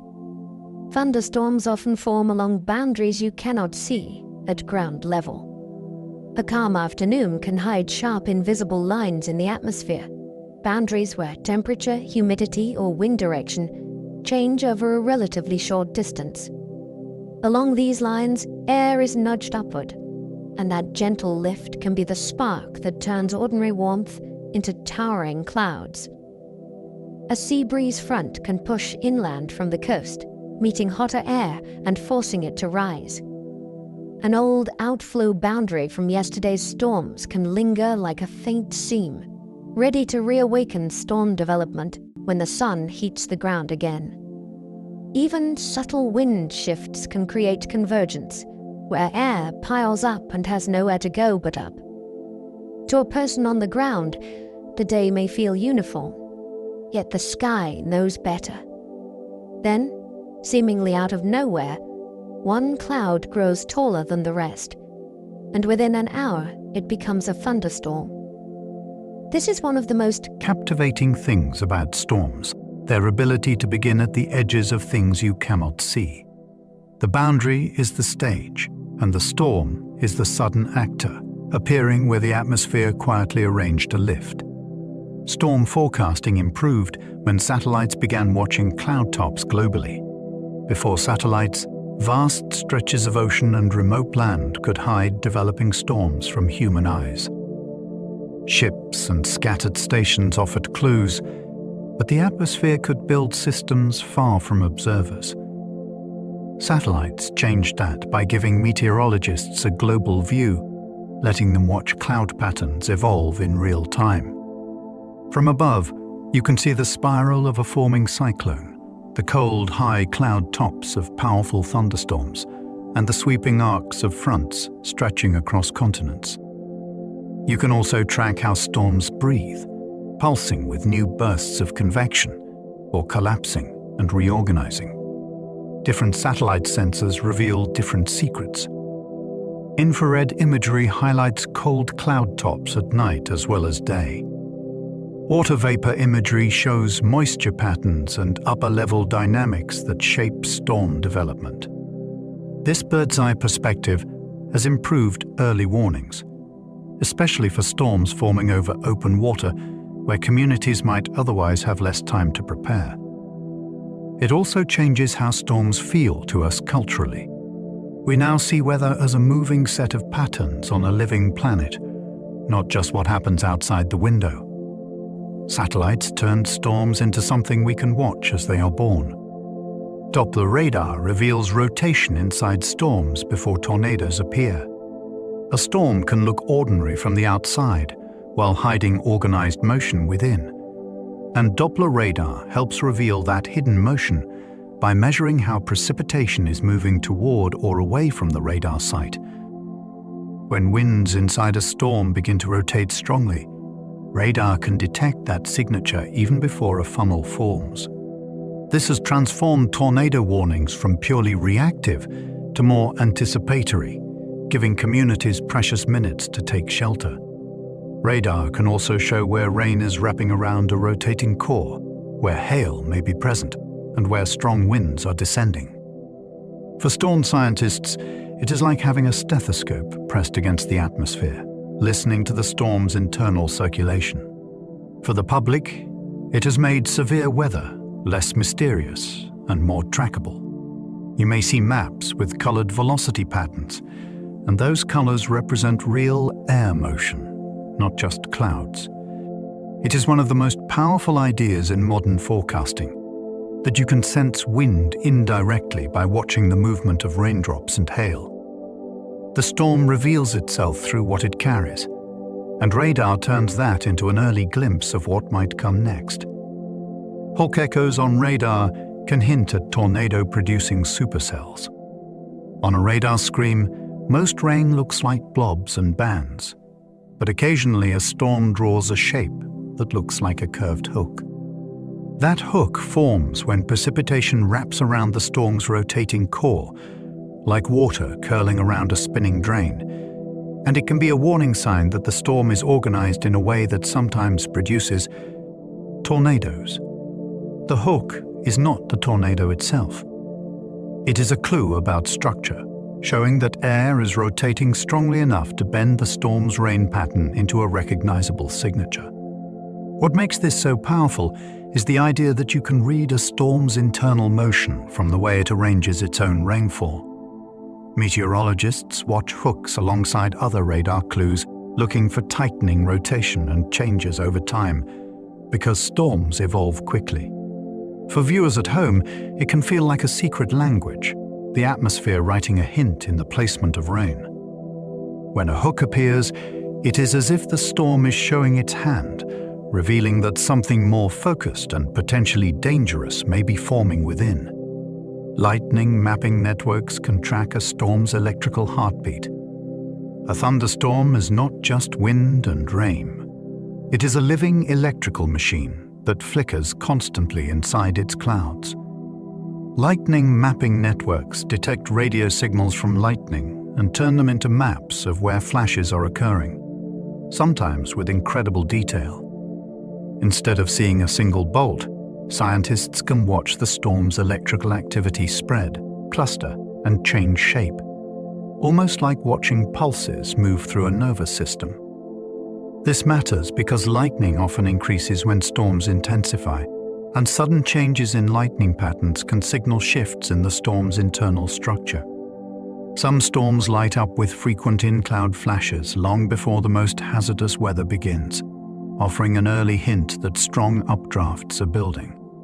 Lightning maps can also help track storms at night or in remote areas where visual observation is limited. There is something mesmerizing about the concept. A storm has a kind of electrical rhythm, and these networks let us listen to it with instruments. They show that the sky is not only moving, it is communicating through bursts of charge, a flickering heartbeat hidden inside cloud walls. Storms can produce sprites high above clouds, glowing red tendrils. Far above the familiar lightning zone, in the thin air near the edge of space, storms can trigger brief flashes of light called sprites. They appear above the storm top, often as reddish, branching shapes that last only a fraction of a second, like ghostly jellyfish or upside-down trees. Sprites are not ordinary lightning bolts. They are electrical discharges that occur high in the atmosphere, sparked by powerful lightning activity below that changes the electric field above the storm. For a long time, sprites were rumored by pilots and dismissed as legends because they were so fleeting and hard to photograph. Once cameras finally captured them, they opened a new layer of storm wonder, a reminder that storms connect the lower atmosphere to much higher regions than we usually imagine. Sprites also reveal how electricity can behave differently in thin air, spreading into large, delicate shapes instead of tight channels. Knowing they exist makes storms feel taller. The storm is not only reaching upward with cloud towers, it is also influencing the sky above its own top, lighting a hidden theater far overhead. Blue jets shoot upward from storm tops toward the upper atmosphere. A blue jet is one of the most dramatic things a thunderstorm can do without most people ever noticing. Instead of discharging toward the ground, a jet can launch upward from the storm's top, a narrow bluish cone of light that shoots into thinner air above. These events are rare and brief, often captured by aircraft crews or sensitive cameras rather than casual observers. The blue color is linked to the way excited molecules emit light at those wavelengths in the upper atmosphere, and the shape suggests a focused channel that expands as it rises. Blue jets highlight a startling idea. Storm electricity does not always choose the shortest path to the ground. Sometimes it seeks a path upward, toward regions where the air is less dense, and electrical breakdown can take different forms. The jets can reach tremendous heights compared to a typical lightning channel, bridging the storm's top with atmospheric layers that feel almost out of reach. They make thunderstorms seem like gateways, not just between cloud and ground, but between the lower atmosphere and the space above it. If sprites feel like delicate upper sky art, blue jets feel like a storm throwing a spear of light upward into darkness. Elves are huge, faint rings of light caused by lightning pulses. Elves are among the most mind-bending stormlights because of their scale. They are enormous, expanding rings of faint glow that can spread across the upper atmosphere in an instant, triggered by the electromagnetic pulse from strong lightning below. Unlike a sprite, which can look like tendrils, an elf is more like a luminous ripple, a brief circle that can grow quickly and then vanish, often in less time than a blink. Their faintness makes them difficult to see with the naked eye, but sensitive cameras and satellites can detect them as they spread across high-altitude layers. The ring shape comes from the way the pulse interacts with the ionized region above, creating a rapidly expanding disturbance. It is like tossing a stone into an invisible pond, except the pond is the upper atmosphere and the ripple is light.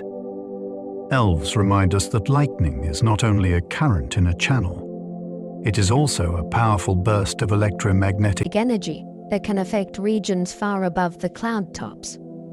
Storms, in other words, can paint the sky in huge, quick strokes that most of us never notice, happening quietly above the spectacle we already find impressive.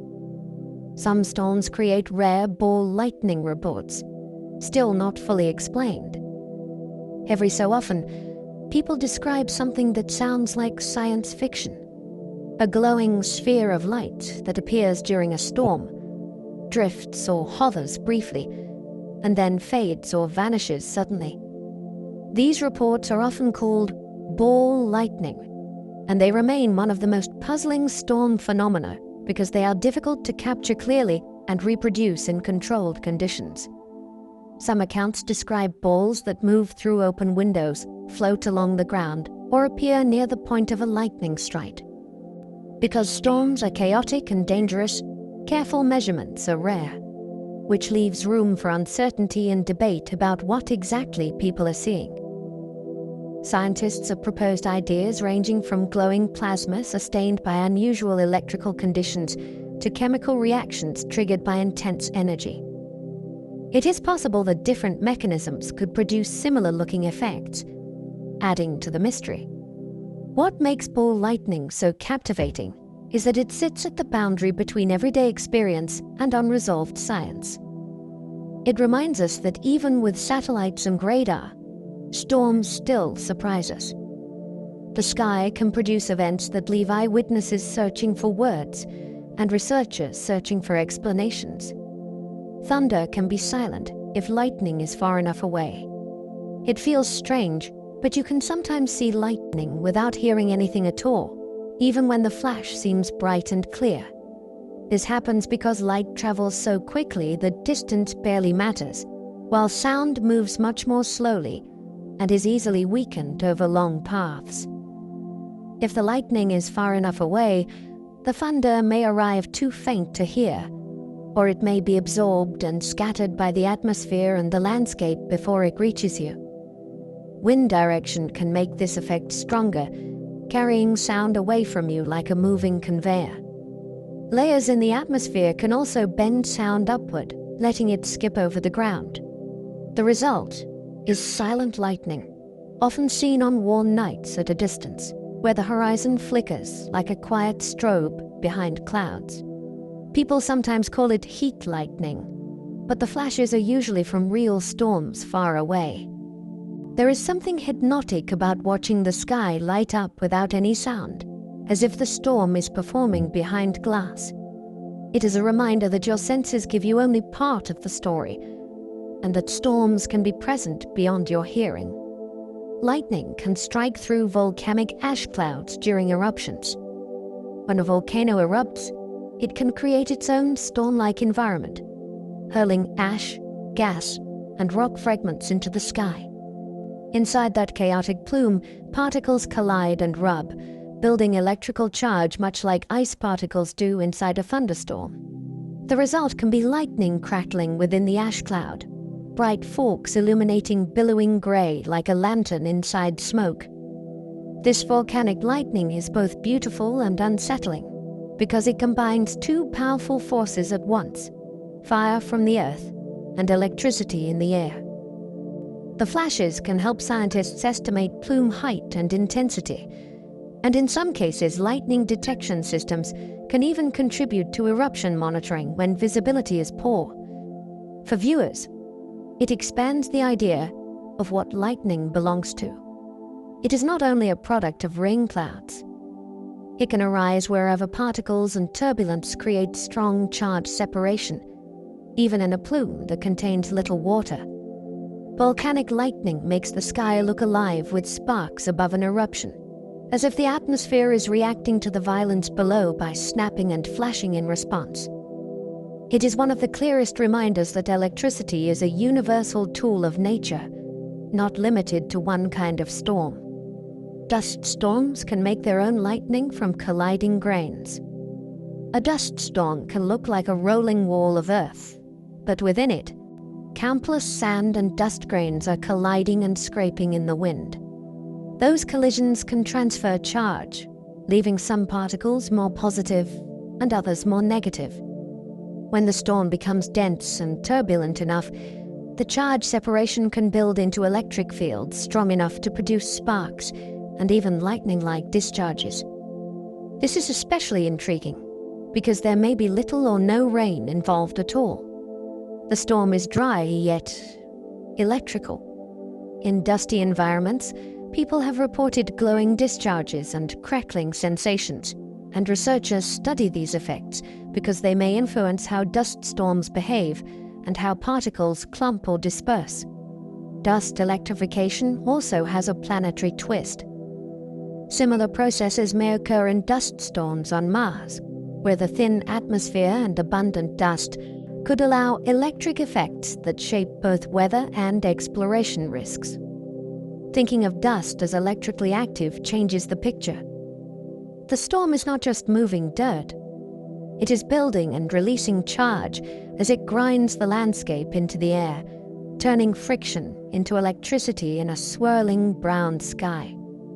Snowstorms can build static charge, leading to surprising shocks.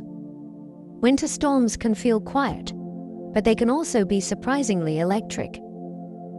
Blowing snow and ice crystals can rub against each other and against surfaces, transferring charge and building static in much the same way dry air makes static cling more noticeable. In very cold, dry conditions, charge can accumulate on clothing, hair, and metal objects, and then discharge as a sudden snap when you touch a doorknob or a car handle. During certain intense snow events, especially with strong winds, this electrification can become more pronounced, and people may notice crackling sounds, tiny sparks, or a persistent prickly feeling. The atmosphere's dryness matters because moisture usually helps charge leak away, but cold air often holds little water vapor, letting static build. This is not the same as lightning, yet it is part of the same family of phenomena: charge, separation, and discharge. It adds a hidden layer to winter weather, a reminder that snow is not only frozen water. It can be a moving field of tiny crystals, colliding and charging as they fly. Even a storm that looks soft and white can have a sharp electrical edge. A haboob is a towering wall of dust driven by storm outflow. A haboob can look like the horizon has decided to stand up and walk toward you. It begins when a thunderstorm's rain-cooled air collapses downward and spreads across the ground, pushing outward like a fast-moving wedge. In dry landscapes, that surge of wind grabs loose soil and dust, lifting it into a dense rolling front that can rise hundreds or even thousands of feet. From a distance, it resembles a brown tidal wave, with a crisp leading edge and a boiling, turbulent top. As it arrives, daylight can dim quickly, visibility can drop to near zero, and the air can feel suddenly gritty and thick. People caught in one describe an eerie hush and a muffled world, as if the storm has wrapped everything in cloth. Haboobs are not just dramatic. They can be dangerous for drivers, aviation, and respiratory health, and they can arrive rapidly with little warning. They are a reminder that storms do not only move water, they can also move the land itself, lifting the ground into the sky. Lightning can travel through plumbing, wiring, and even phone lines. When lightning strikes a structure or nearby ground, it is not only a flash in the sky. It is an enormous electrical surge looking for paths that conduct well. Metal wiring, pipes, and even connected lines can provide those paths, carrying current into places you would not expect. This is why storm safety advice warns against using corded electronics and avoiding contact with plumbing during a close lightning storm. A strike can send voltage spikes through electrical systems, damaging appliances or creating dangerous conditions, even if the building itself is not visibly hit. Water in pipes can conduct, and metal fixtures can become part of a route, especially in older systems, with more conductive connections. The idea feels unsettling because it turns the home into a network where the storm outside can reach indoors through infrastructure designed for comfort. Yet understanding it is empowering. It explains why indoors is safer than outside, but not perfectly immune. The safest approach is to let the storm pass without turning yourself into a bridge between conductive parts of the house. Lightning is fast, opportunistic, and unbothered by walls. The safest place in a storm is a substantial building or hardtop car. Storm safety can sound simple, but it rests on deep physics. A substantial building offers shielding because its wiring and structure can help guide electrical current safely to the ground if lightning strikes nearby. A hardtop car works in a different way. The metal body acts like a cage that routes current around the outside rather than through the occupants, as long as the windows are closed and you are not touching metal parts. This is why convertibles and open vehicles are not considered safe shelter, and why standing under a lone tree or in an open field is risky. The goal is to avoid becoming the tallest object and to avoid offering lightning an easy path through your body. Cars also protect you from wind-driven debris better than many outdoor shelters, though they are not safe in flooding. The calm feeling of a car during a storm is earned. You may hear thunder, see flashes, and feel rain pound the roof, but the structure around you is doing real protective work. In a world where storms can change the environment in seconds, good shelter is one of the most practical pieces of science you can carry with you. The 30-30 rule helps judge lightning danger by thunder timing. Lightning safety often comes down to timing because the gap between flash and thunder is a quick clue to distance. When you see lightning, you start counting, and when you hear thunder, you stop. If that delay is 30 seconds or less, the lightning is close enough that you should already be in a safer place, because storms can strike outward beyond the rain call. The second part of the rule matters just as much. After the last thunder, you wait 30 minutes before resuming outdoor activities. This is because storms do not always end neatly. Lightning can continue even as rain weakens, and dangerous strikes can occur on the trailing edges while the sky looks brighter. The rule is memorable because it transforms a complex hazard into something anyone can do with their own senses. No apps required. It also teaches a subtle truth. The loudness of thunder is not the reliable metric. Distance is. Thunder can be muffled, wind can carry it away, and your ears can be fooled. Counting keeps you honest. It makes storm safety feel less like guesswork and more like a simple rhythm, a habit that can prevent tragedy. Storms can trigger landslides when soil becomes heavy and unstable. A hillside can look solid for years, then fail in minutes when water changes its internal balance. During heavy rain, water seeps into soil and rock layers, adding weight and reducing friction, like lubricating a stack of loose materials.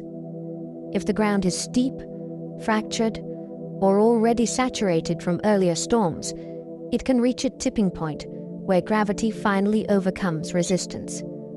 The result can be a landslide that moves as a slow slump or as a fast, roaring flow of mud and debris. These debris flows can carry rocks, logs, and soil like a thick river, bulldozing through channels and sometimes across roads and neighborhoods. Wildfire scars are especially vulnerable because burnt vegetation no longer holds soil in place, and the ground surface can repel water at first, sending more runoff downslope.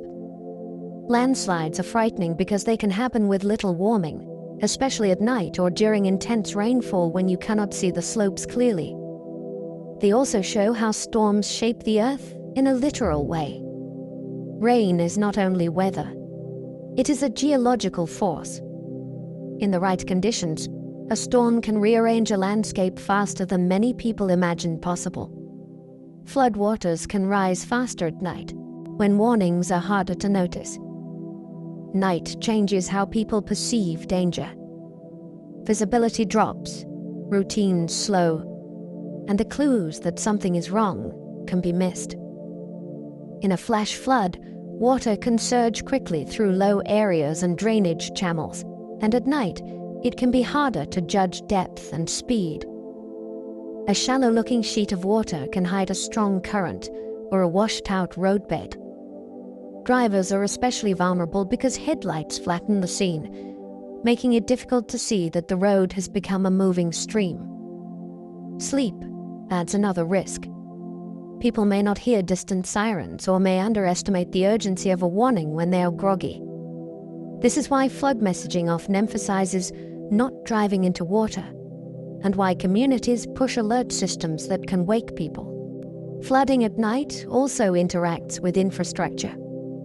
Storm drains can clog, creeks can jump their banks, and water can back up into neighborhoods quietly until it is suddenly inside homes.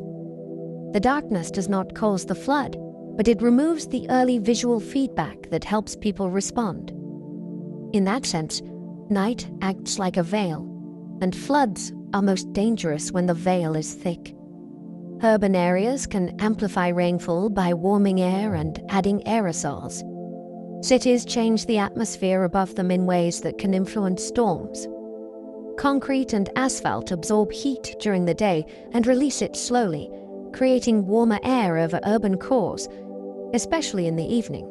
Warmer air rises more easily, which can enhance upward motion when humid air is present.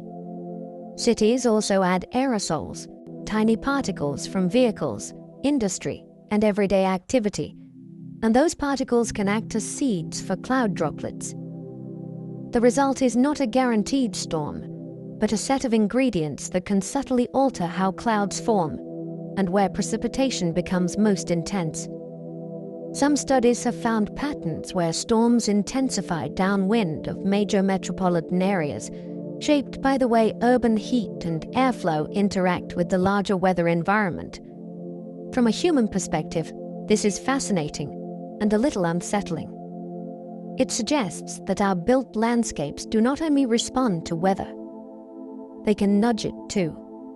Streets, rooftops, and smokestacks become part of the local climate system, influencing how moisture rises and condenses. A city can act like a gentle storm amplifier, turning the sky above it into a slightly different kind of theater than the countryside. Storm drains can turn streets into rivers in minutes. A storm drain is designed to quietly swallow rainfall, but it has limits, and when those limits are reached, the street becomes the channel instead.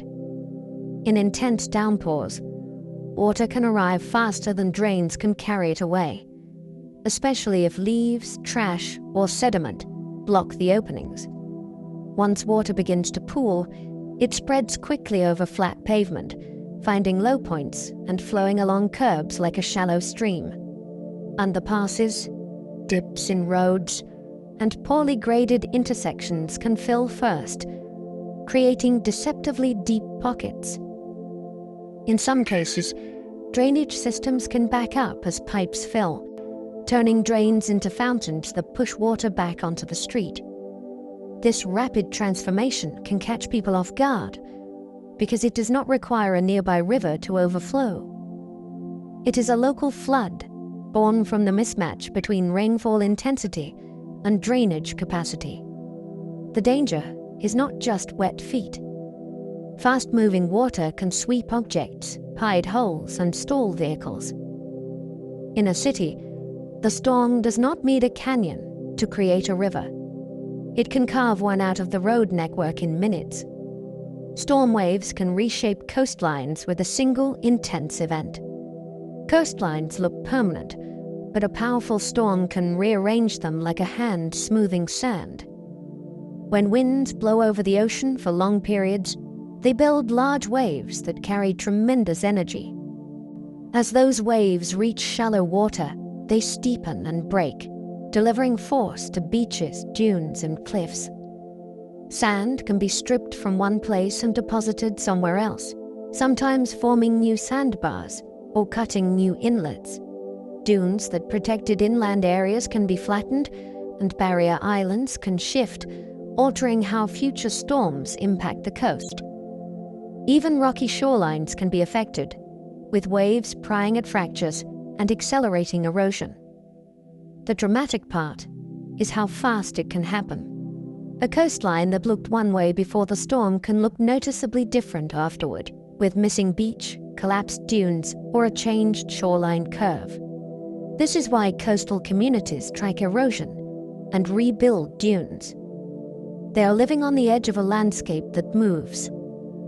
Storm waves are not just water motion. They are sculpting tools, converting wind energy into geology in real time. Lightning can shatter trees by exploding sap into steam. When lightning strikes a tree, the damage is often not just from heat on the surface. It is from what happens inside. Trees contain water-rich sap, and a lightning current can heat that moisture almost instantly, turning it into steam.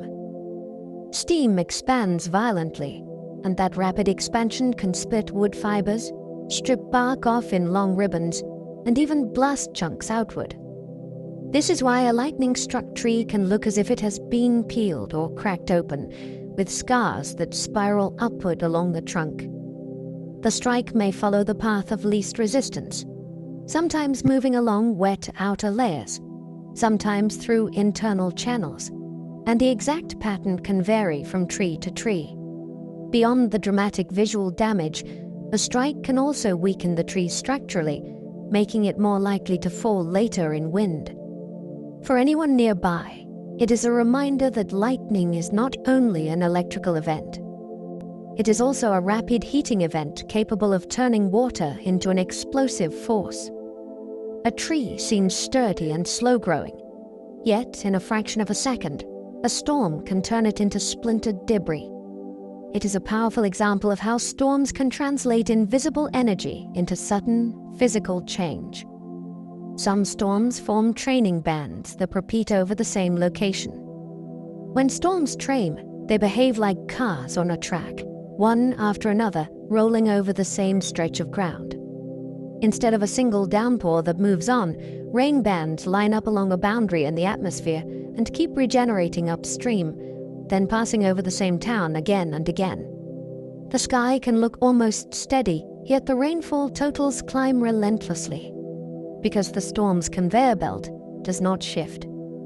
This setup can happen when winds at different heights align in a way that keeps new cells forming where warm, moist air is lifted, while older cells drift along the same path. For anyone underneath, it can feel like the storm has decided to camp. Streets begin to pond, creeks rise, and the ground loses its ability to absorb more water. The danger is sneaky, because each burst can seem manageable, but repetition turns just more rain into a flash flood risk. Training is one of the clearest examples of how storm motion matters as much as storm intensity. A storm can drop hail while the ground temperature stays warm. It can be an odd moment, standing in warm air while ice rattles down around you. That happens because hail is made high in the storm, in air that is far colder than the surface. A strong updraft keeps hailstones aloft while they grow, then gravity finally wins and they fall through warmer layers on the way down. If the hailstones are large enough, they do not have time to melt completely before reaching the ground, even when the air near you feels like summer. Sometimes hail is scattered in bursts, as if the storm is shaking a bag of ice, because pockets of hail are released from the storm core in pulses. You might notice that hail often arrives with a sudden wind shift or an abrupt increase in rain intensity, because it is tied to the storm's most vigorous regions. The warm ground does not stop hail. It simply tries to melt it, and the hail's size and speed decide who wins.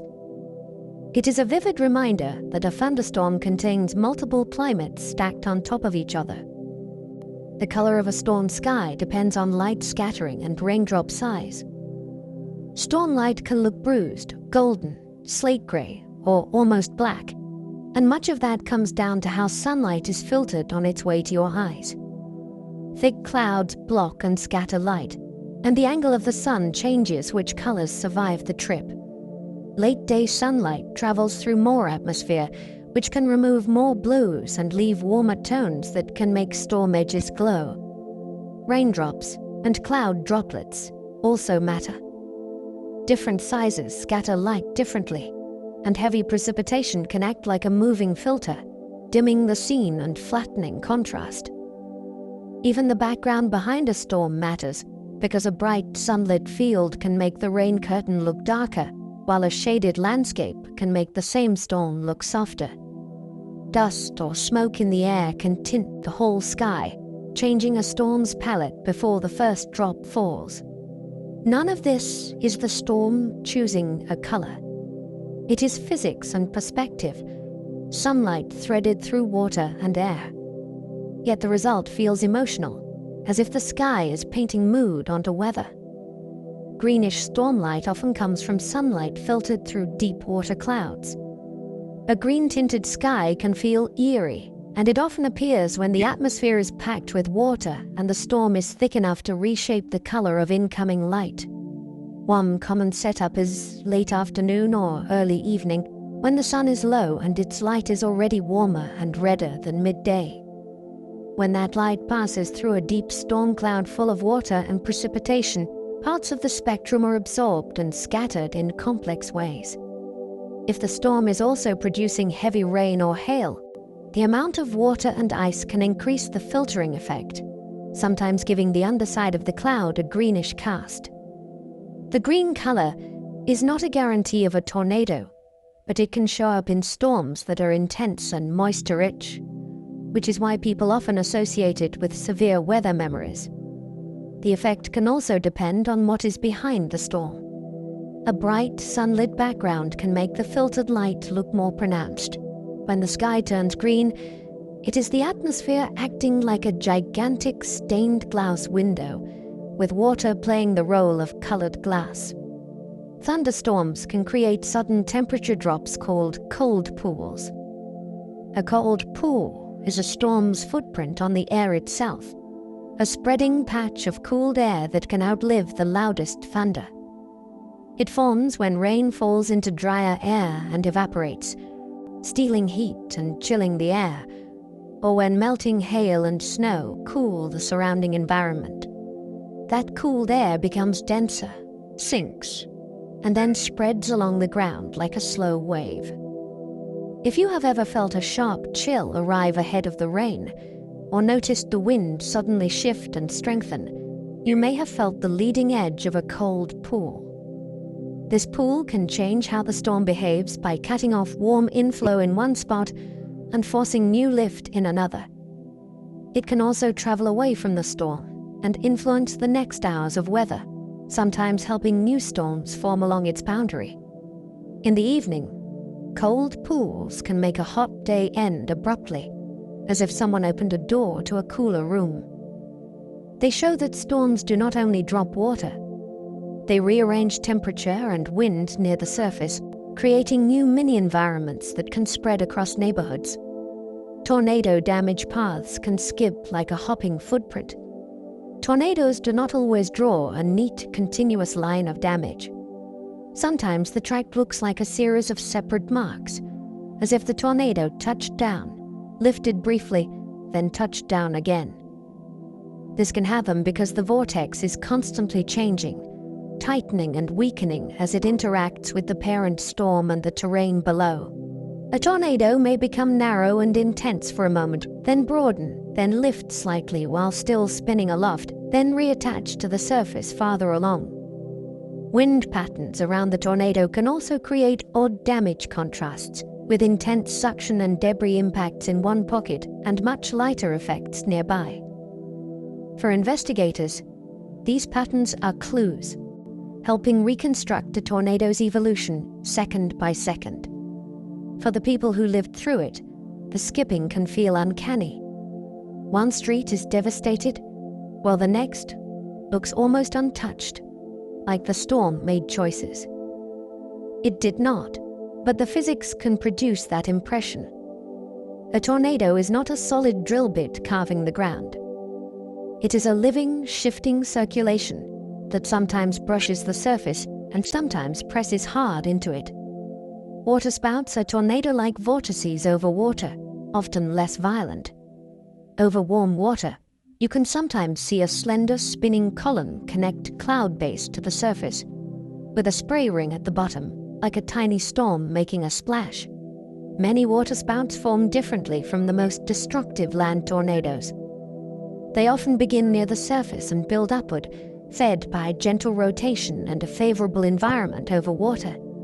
Because of this, many are weaker than major tornadoes, though they can still be dangerous for boats and coastal areas. Waterspouts can look delicate, even graceful, yet they are real wind vortices capable of tossing gear, capsizing small craft, and reducing visibility with spray. Occasionally, a waterspout can move ashore and become a land tornado, sometimes strengthening, sometimes fading, depending on what it meets. Seeing one can change how you think about rotation in the atmosphere. You do not need a dramatic supercell to get a spinning column.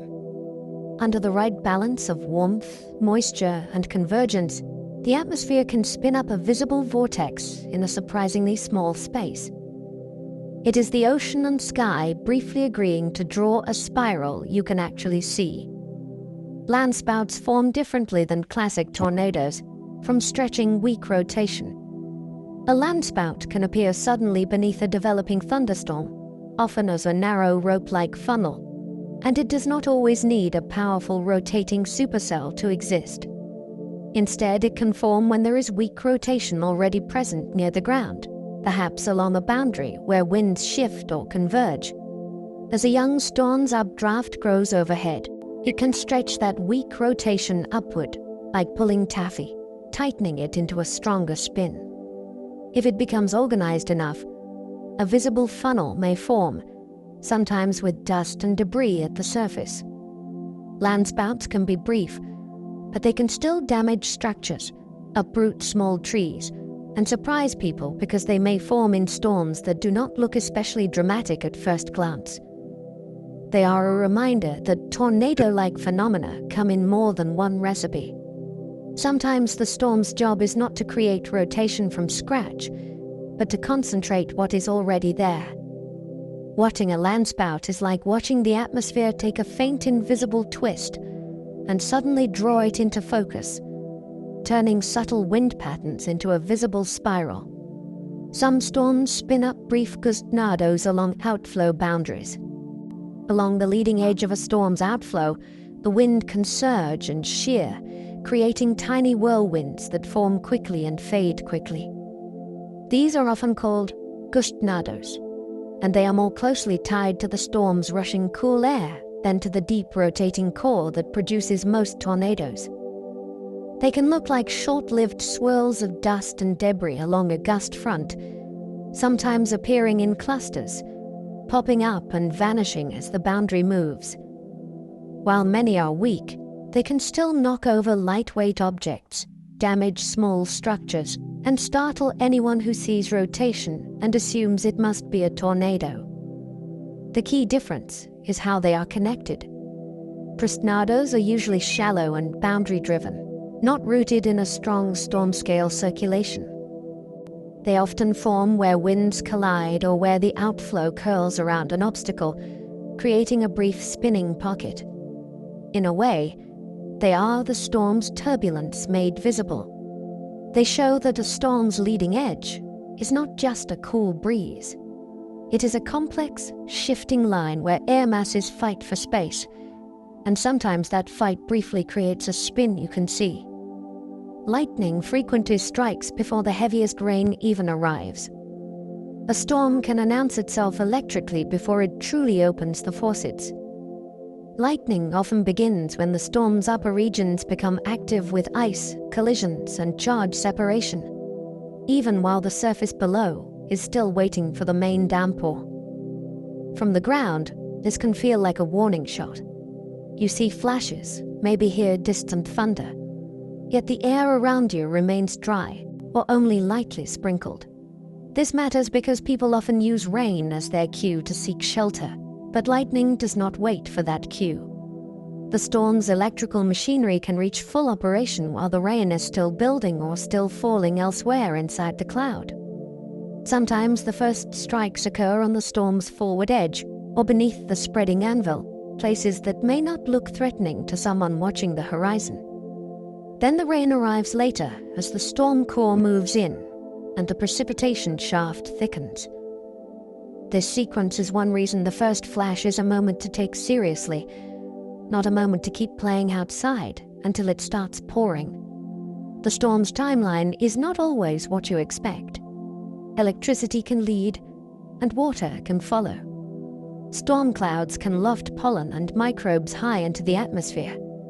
A thunderstorm is not only lifting water, it can also lift tiny passengers from the surface and carry them far above the world we live in. Strong updrafts can scoop up pollen grains, fungal spores, bacteria, and other microscopic particles from fields, forests, and cities, then loft them into cloud layers where the air is cold and fast-moving. Some of these particles can travel long distances before settling back down, which means storms can help shuffle biological material across regions. In some cases, those tiny hitchhikers can influence the storm itself. Certain particles can act as seeds for cloud droplets or ice, affecting how clouds form and how precipitation develops. It is a strange loop, living material rising into the sky and then helping shape the sky's behavior. For people with allergies, this lifting and spreading can also matter, because changing particle distributions can affect what ends up in the air you breathe. A storm, in other words, can be both a weather event and a biological delivery system, lifting the invisible into the high atmosphere and carrying it onward. Rain can carry desert dust across oceans, fertilizing distant forests. A storm can begin with dust. Winds can lift fine mineral particles from dry regions and inject them into the atmosphere, where they can ride high currents for astonishing distances. When those dusty air masses meet clouds and rain, the particles can become trapped in droplets and brought back down to Earth. This is one way deserts can quietly feed faraway ecosystems. Minerals like phosphorus and iron are scarce in many tropical soils because heavy rainfall leaches nutrients away over time.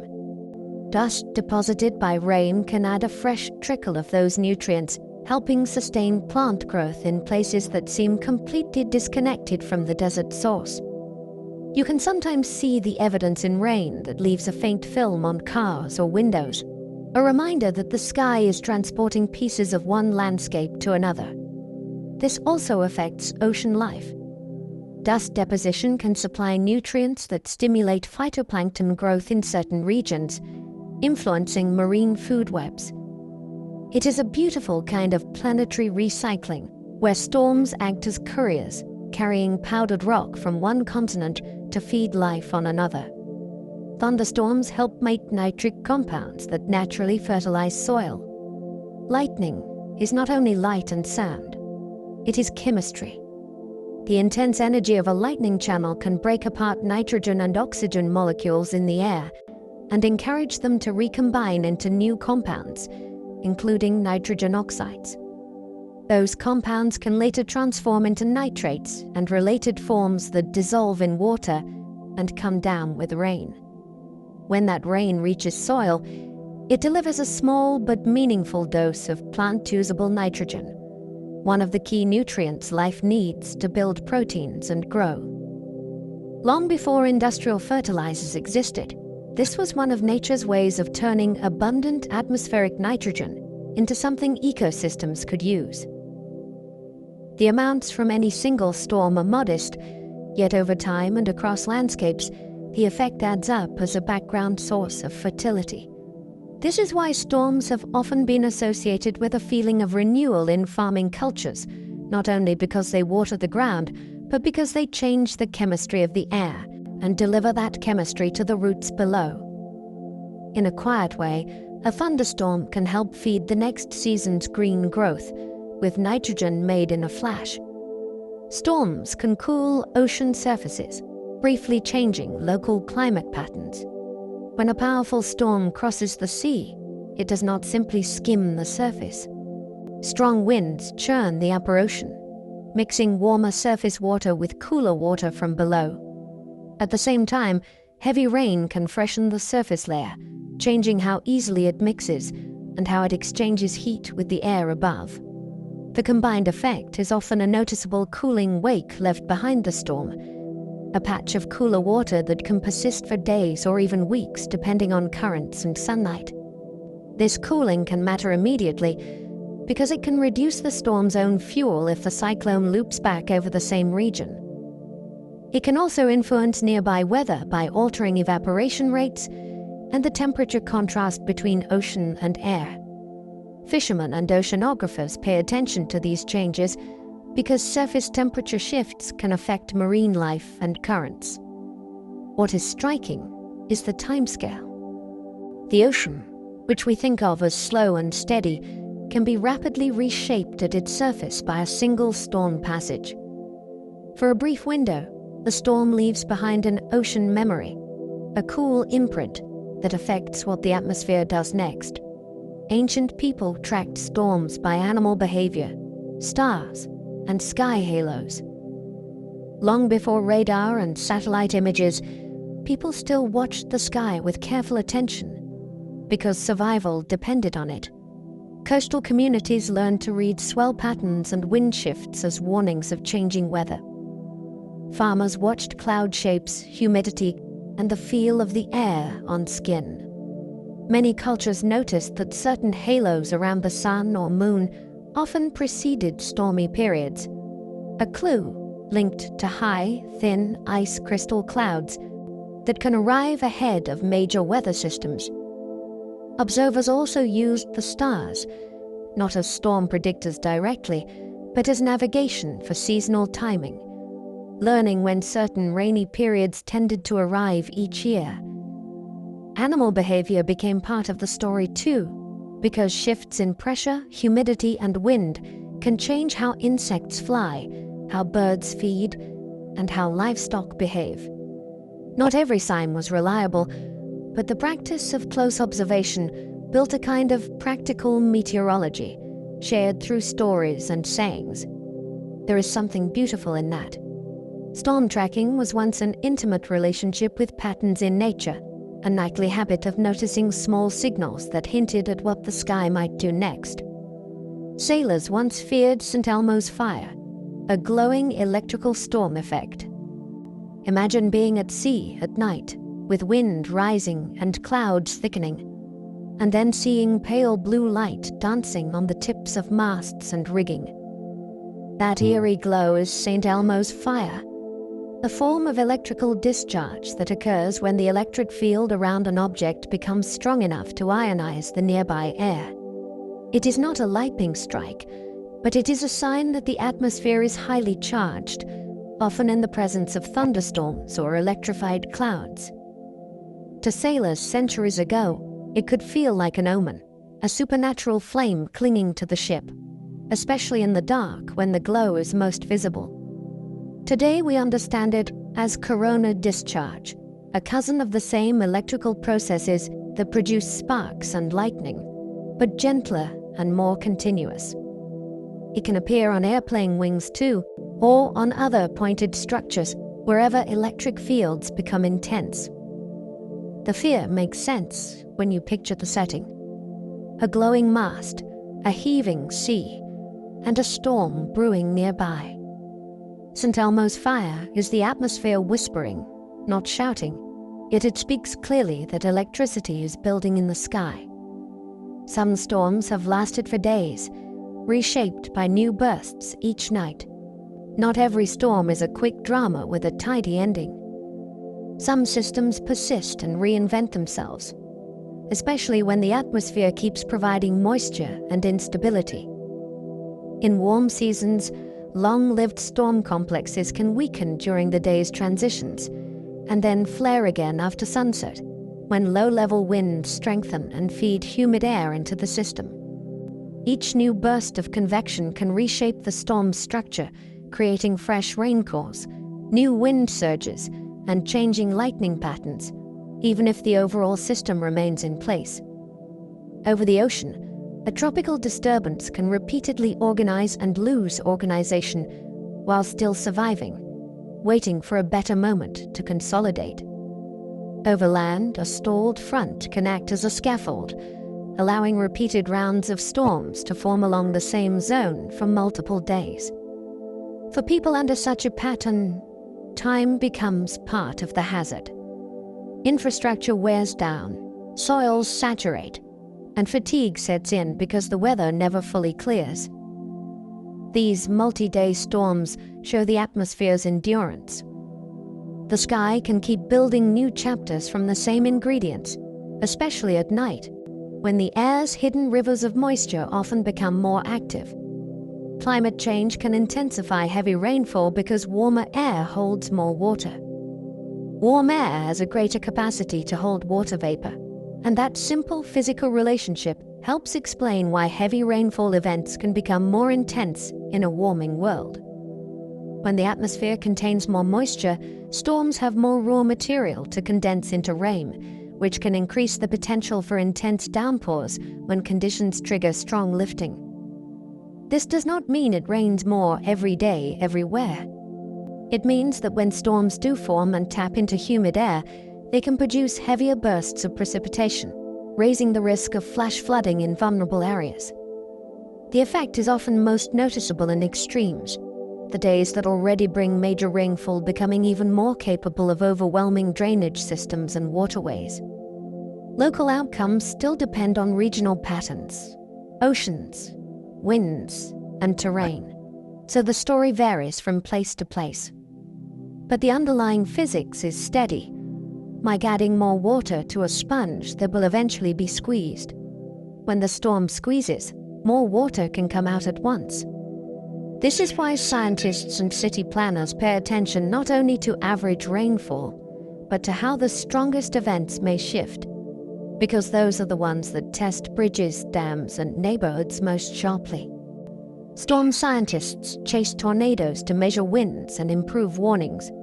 The image of a storm chaser can look like pure adventure, but the deeper purpose is often data. Scientists and specialized teams position instruments in and near storms to measure wind, pressure, temperature, humidity, and debris patterns, because real-world measurements help refine how we understand tornado formation and behavior. Mobile radar units can scan rotating storms at close range, revealing thinner-scale structures that distant radar cannot always resolve. Probes can record sudden pressure drops and wind shifts near the surface, where tornadoes actually interact with buildings and landscapes.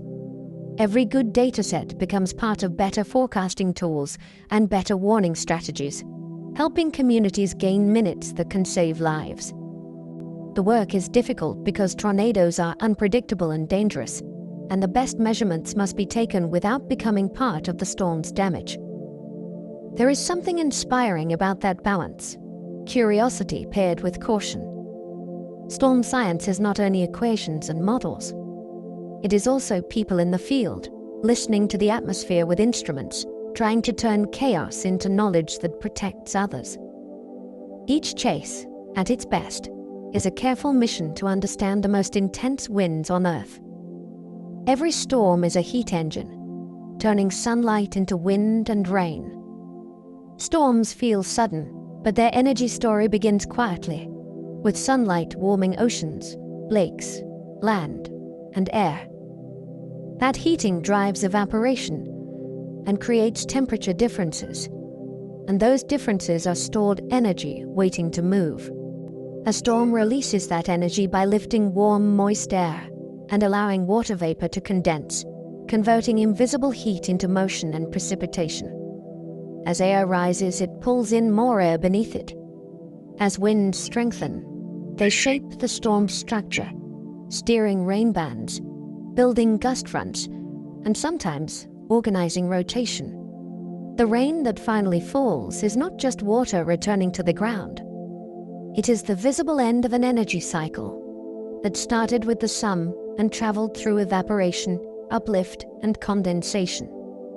In that sense, a storm is a machine built from nothing but air and water, yet capable of doing serious work, moving masses of air, reshaping coastlines, and watering ecosystems.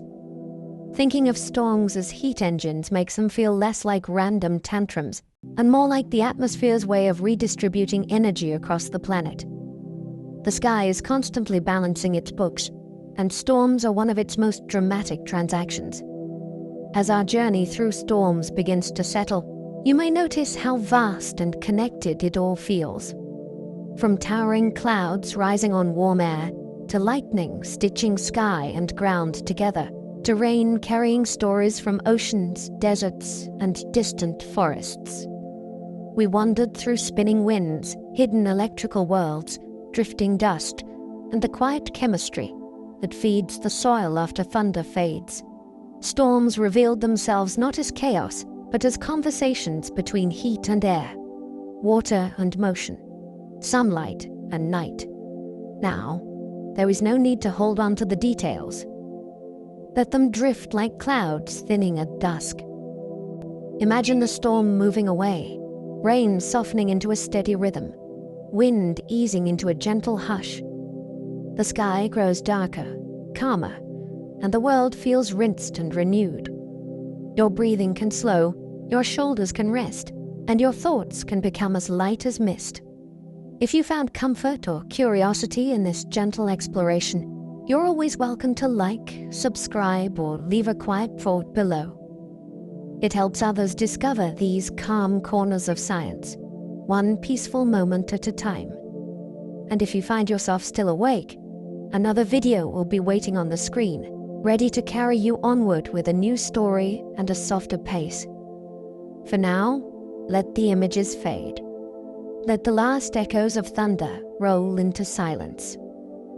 Feel the ground steady beneath you, the air cool and still. Nothing more is asked of you tonight. Just rest, breathe, and allow sleep to arrive in its own time. Sleep well, and good night.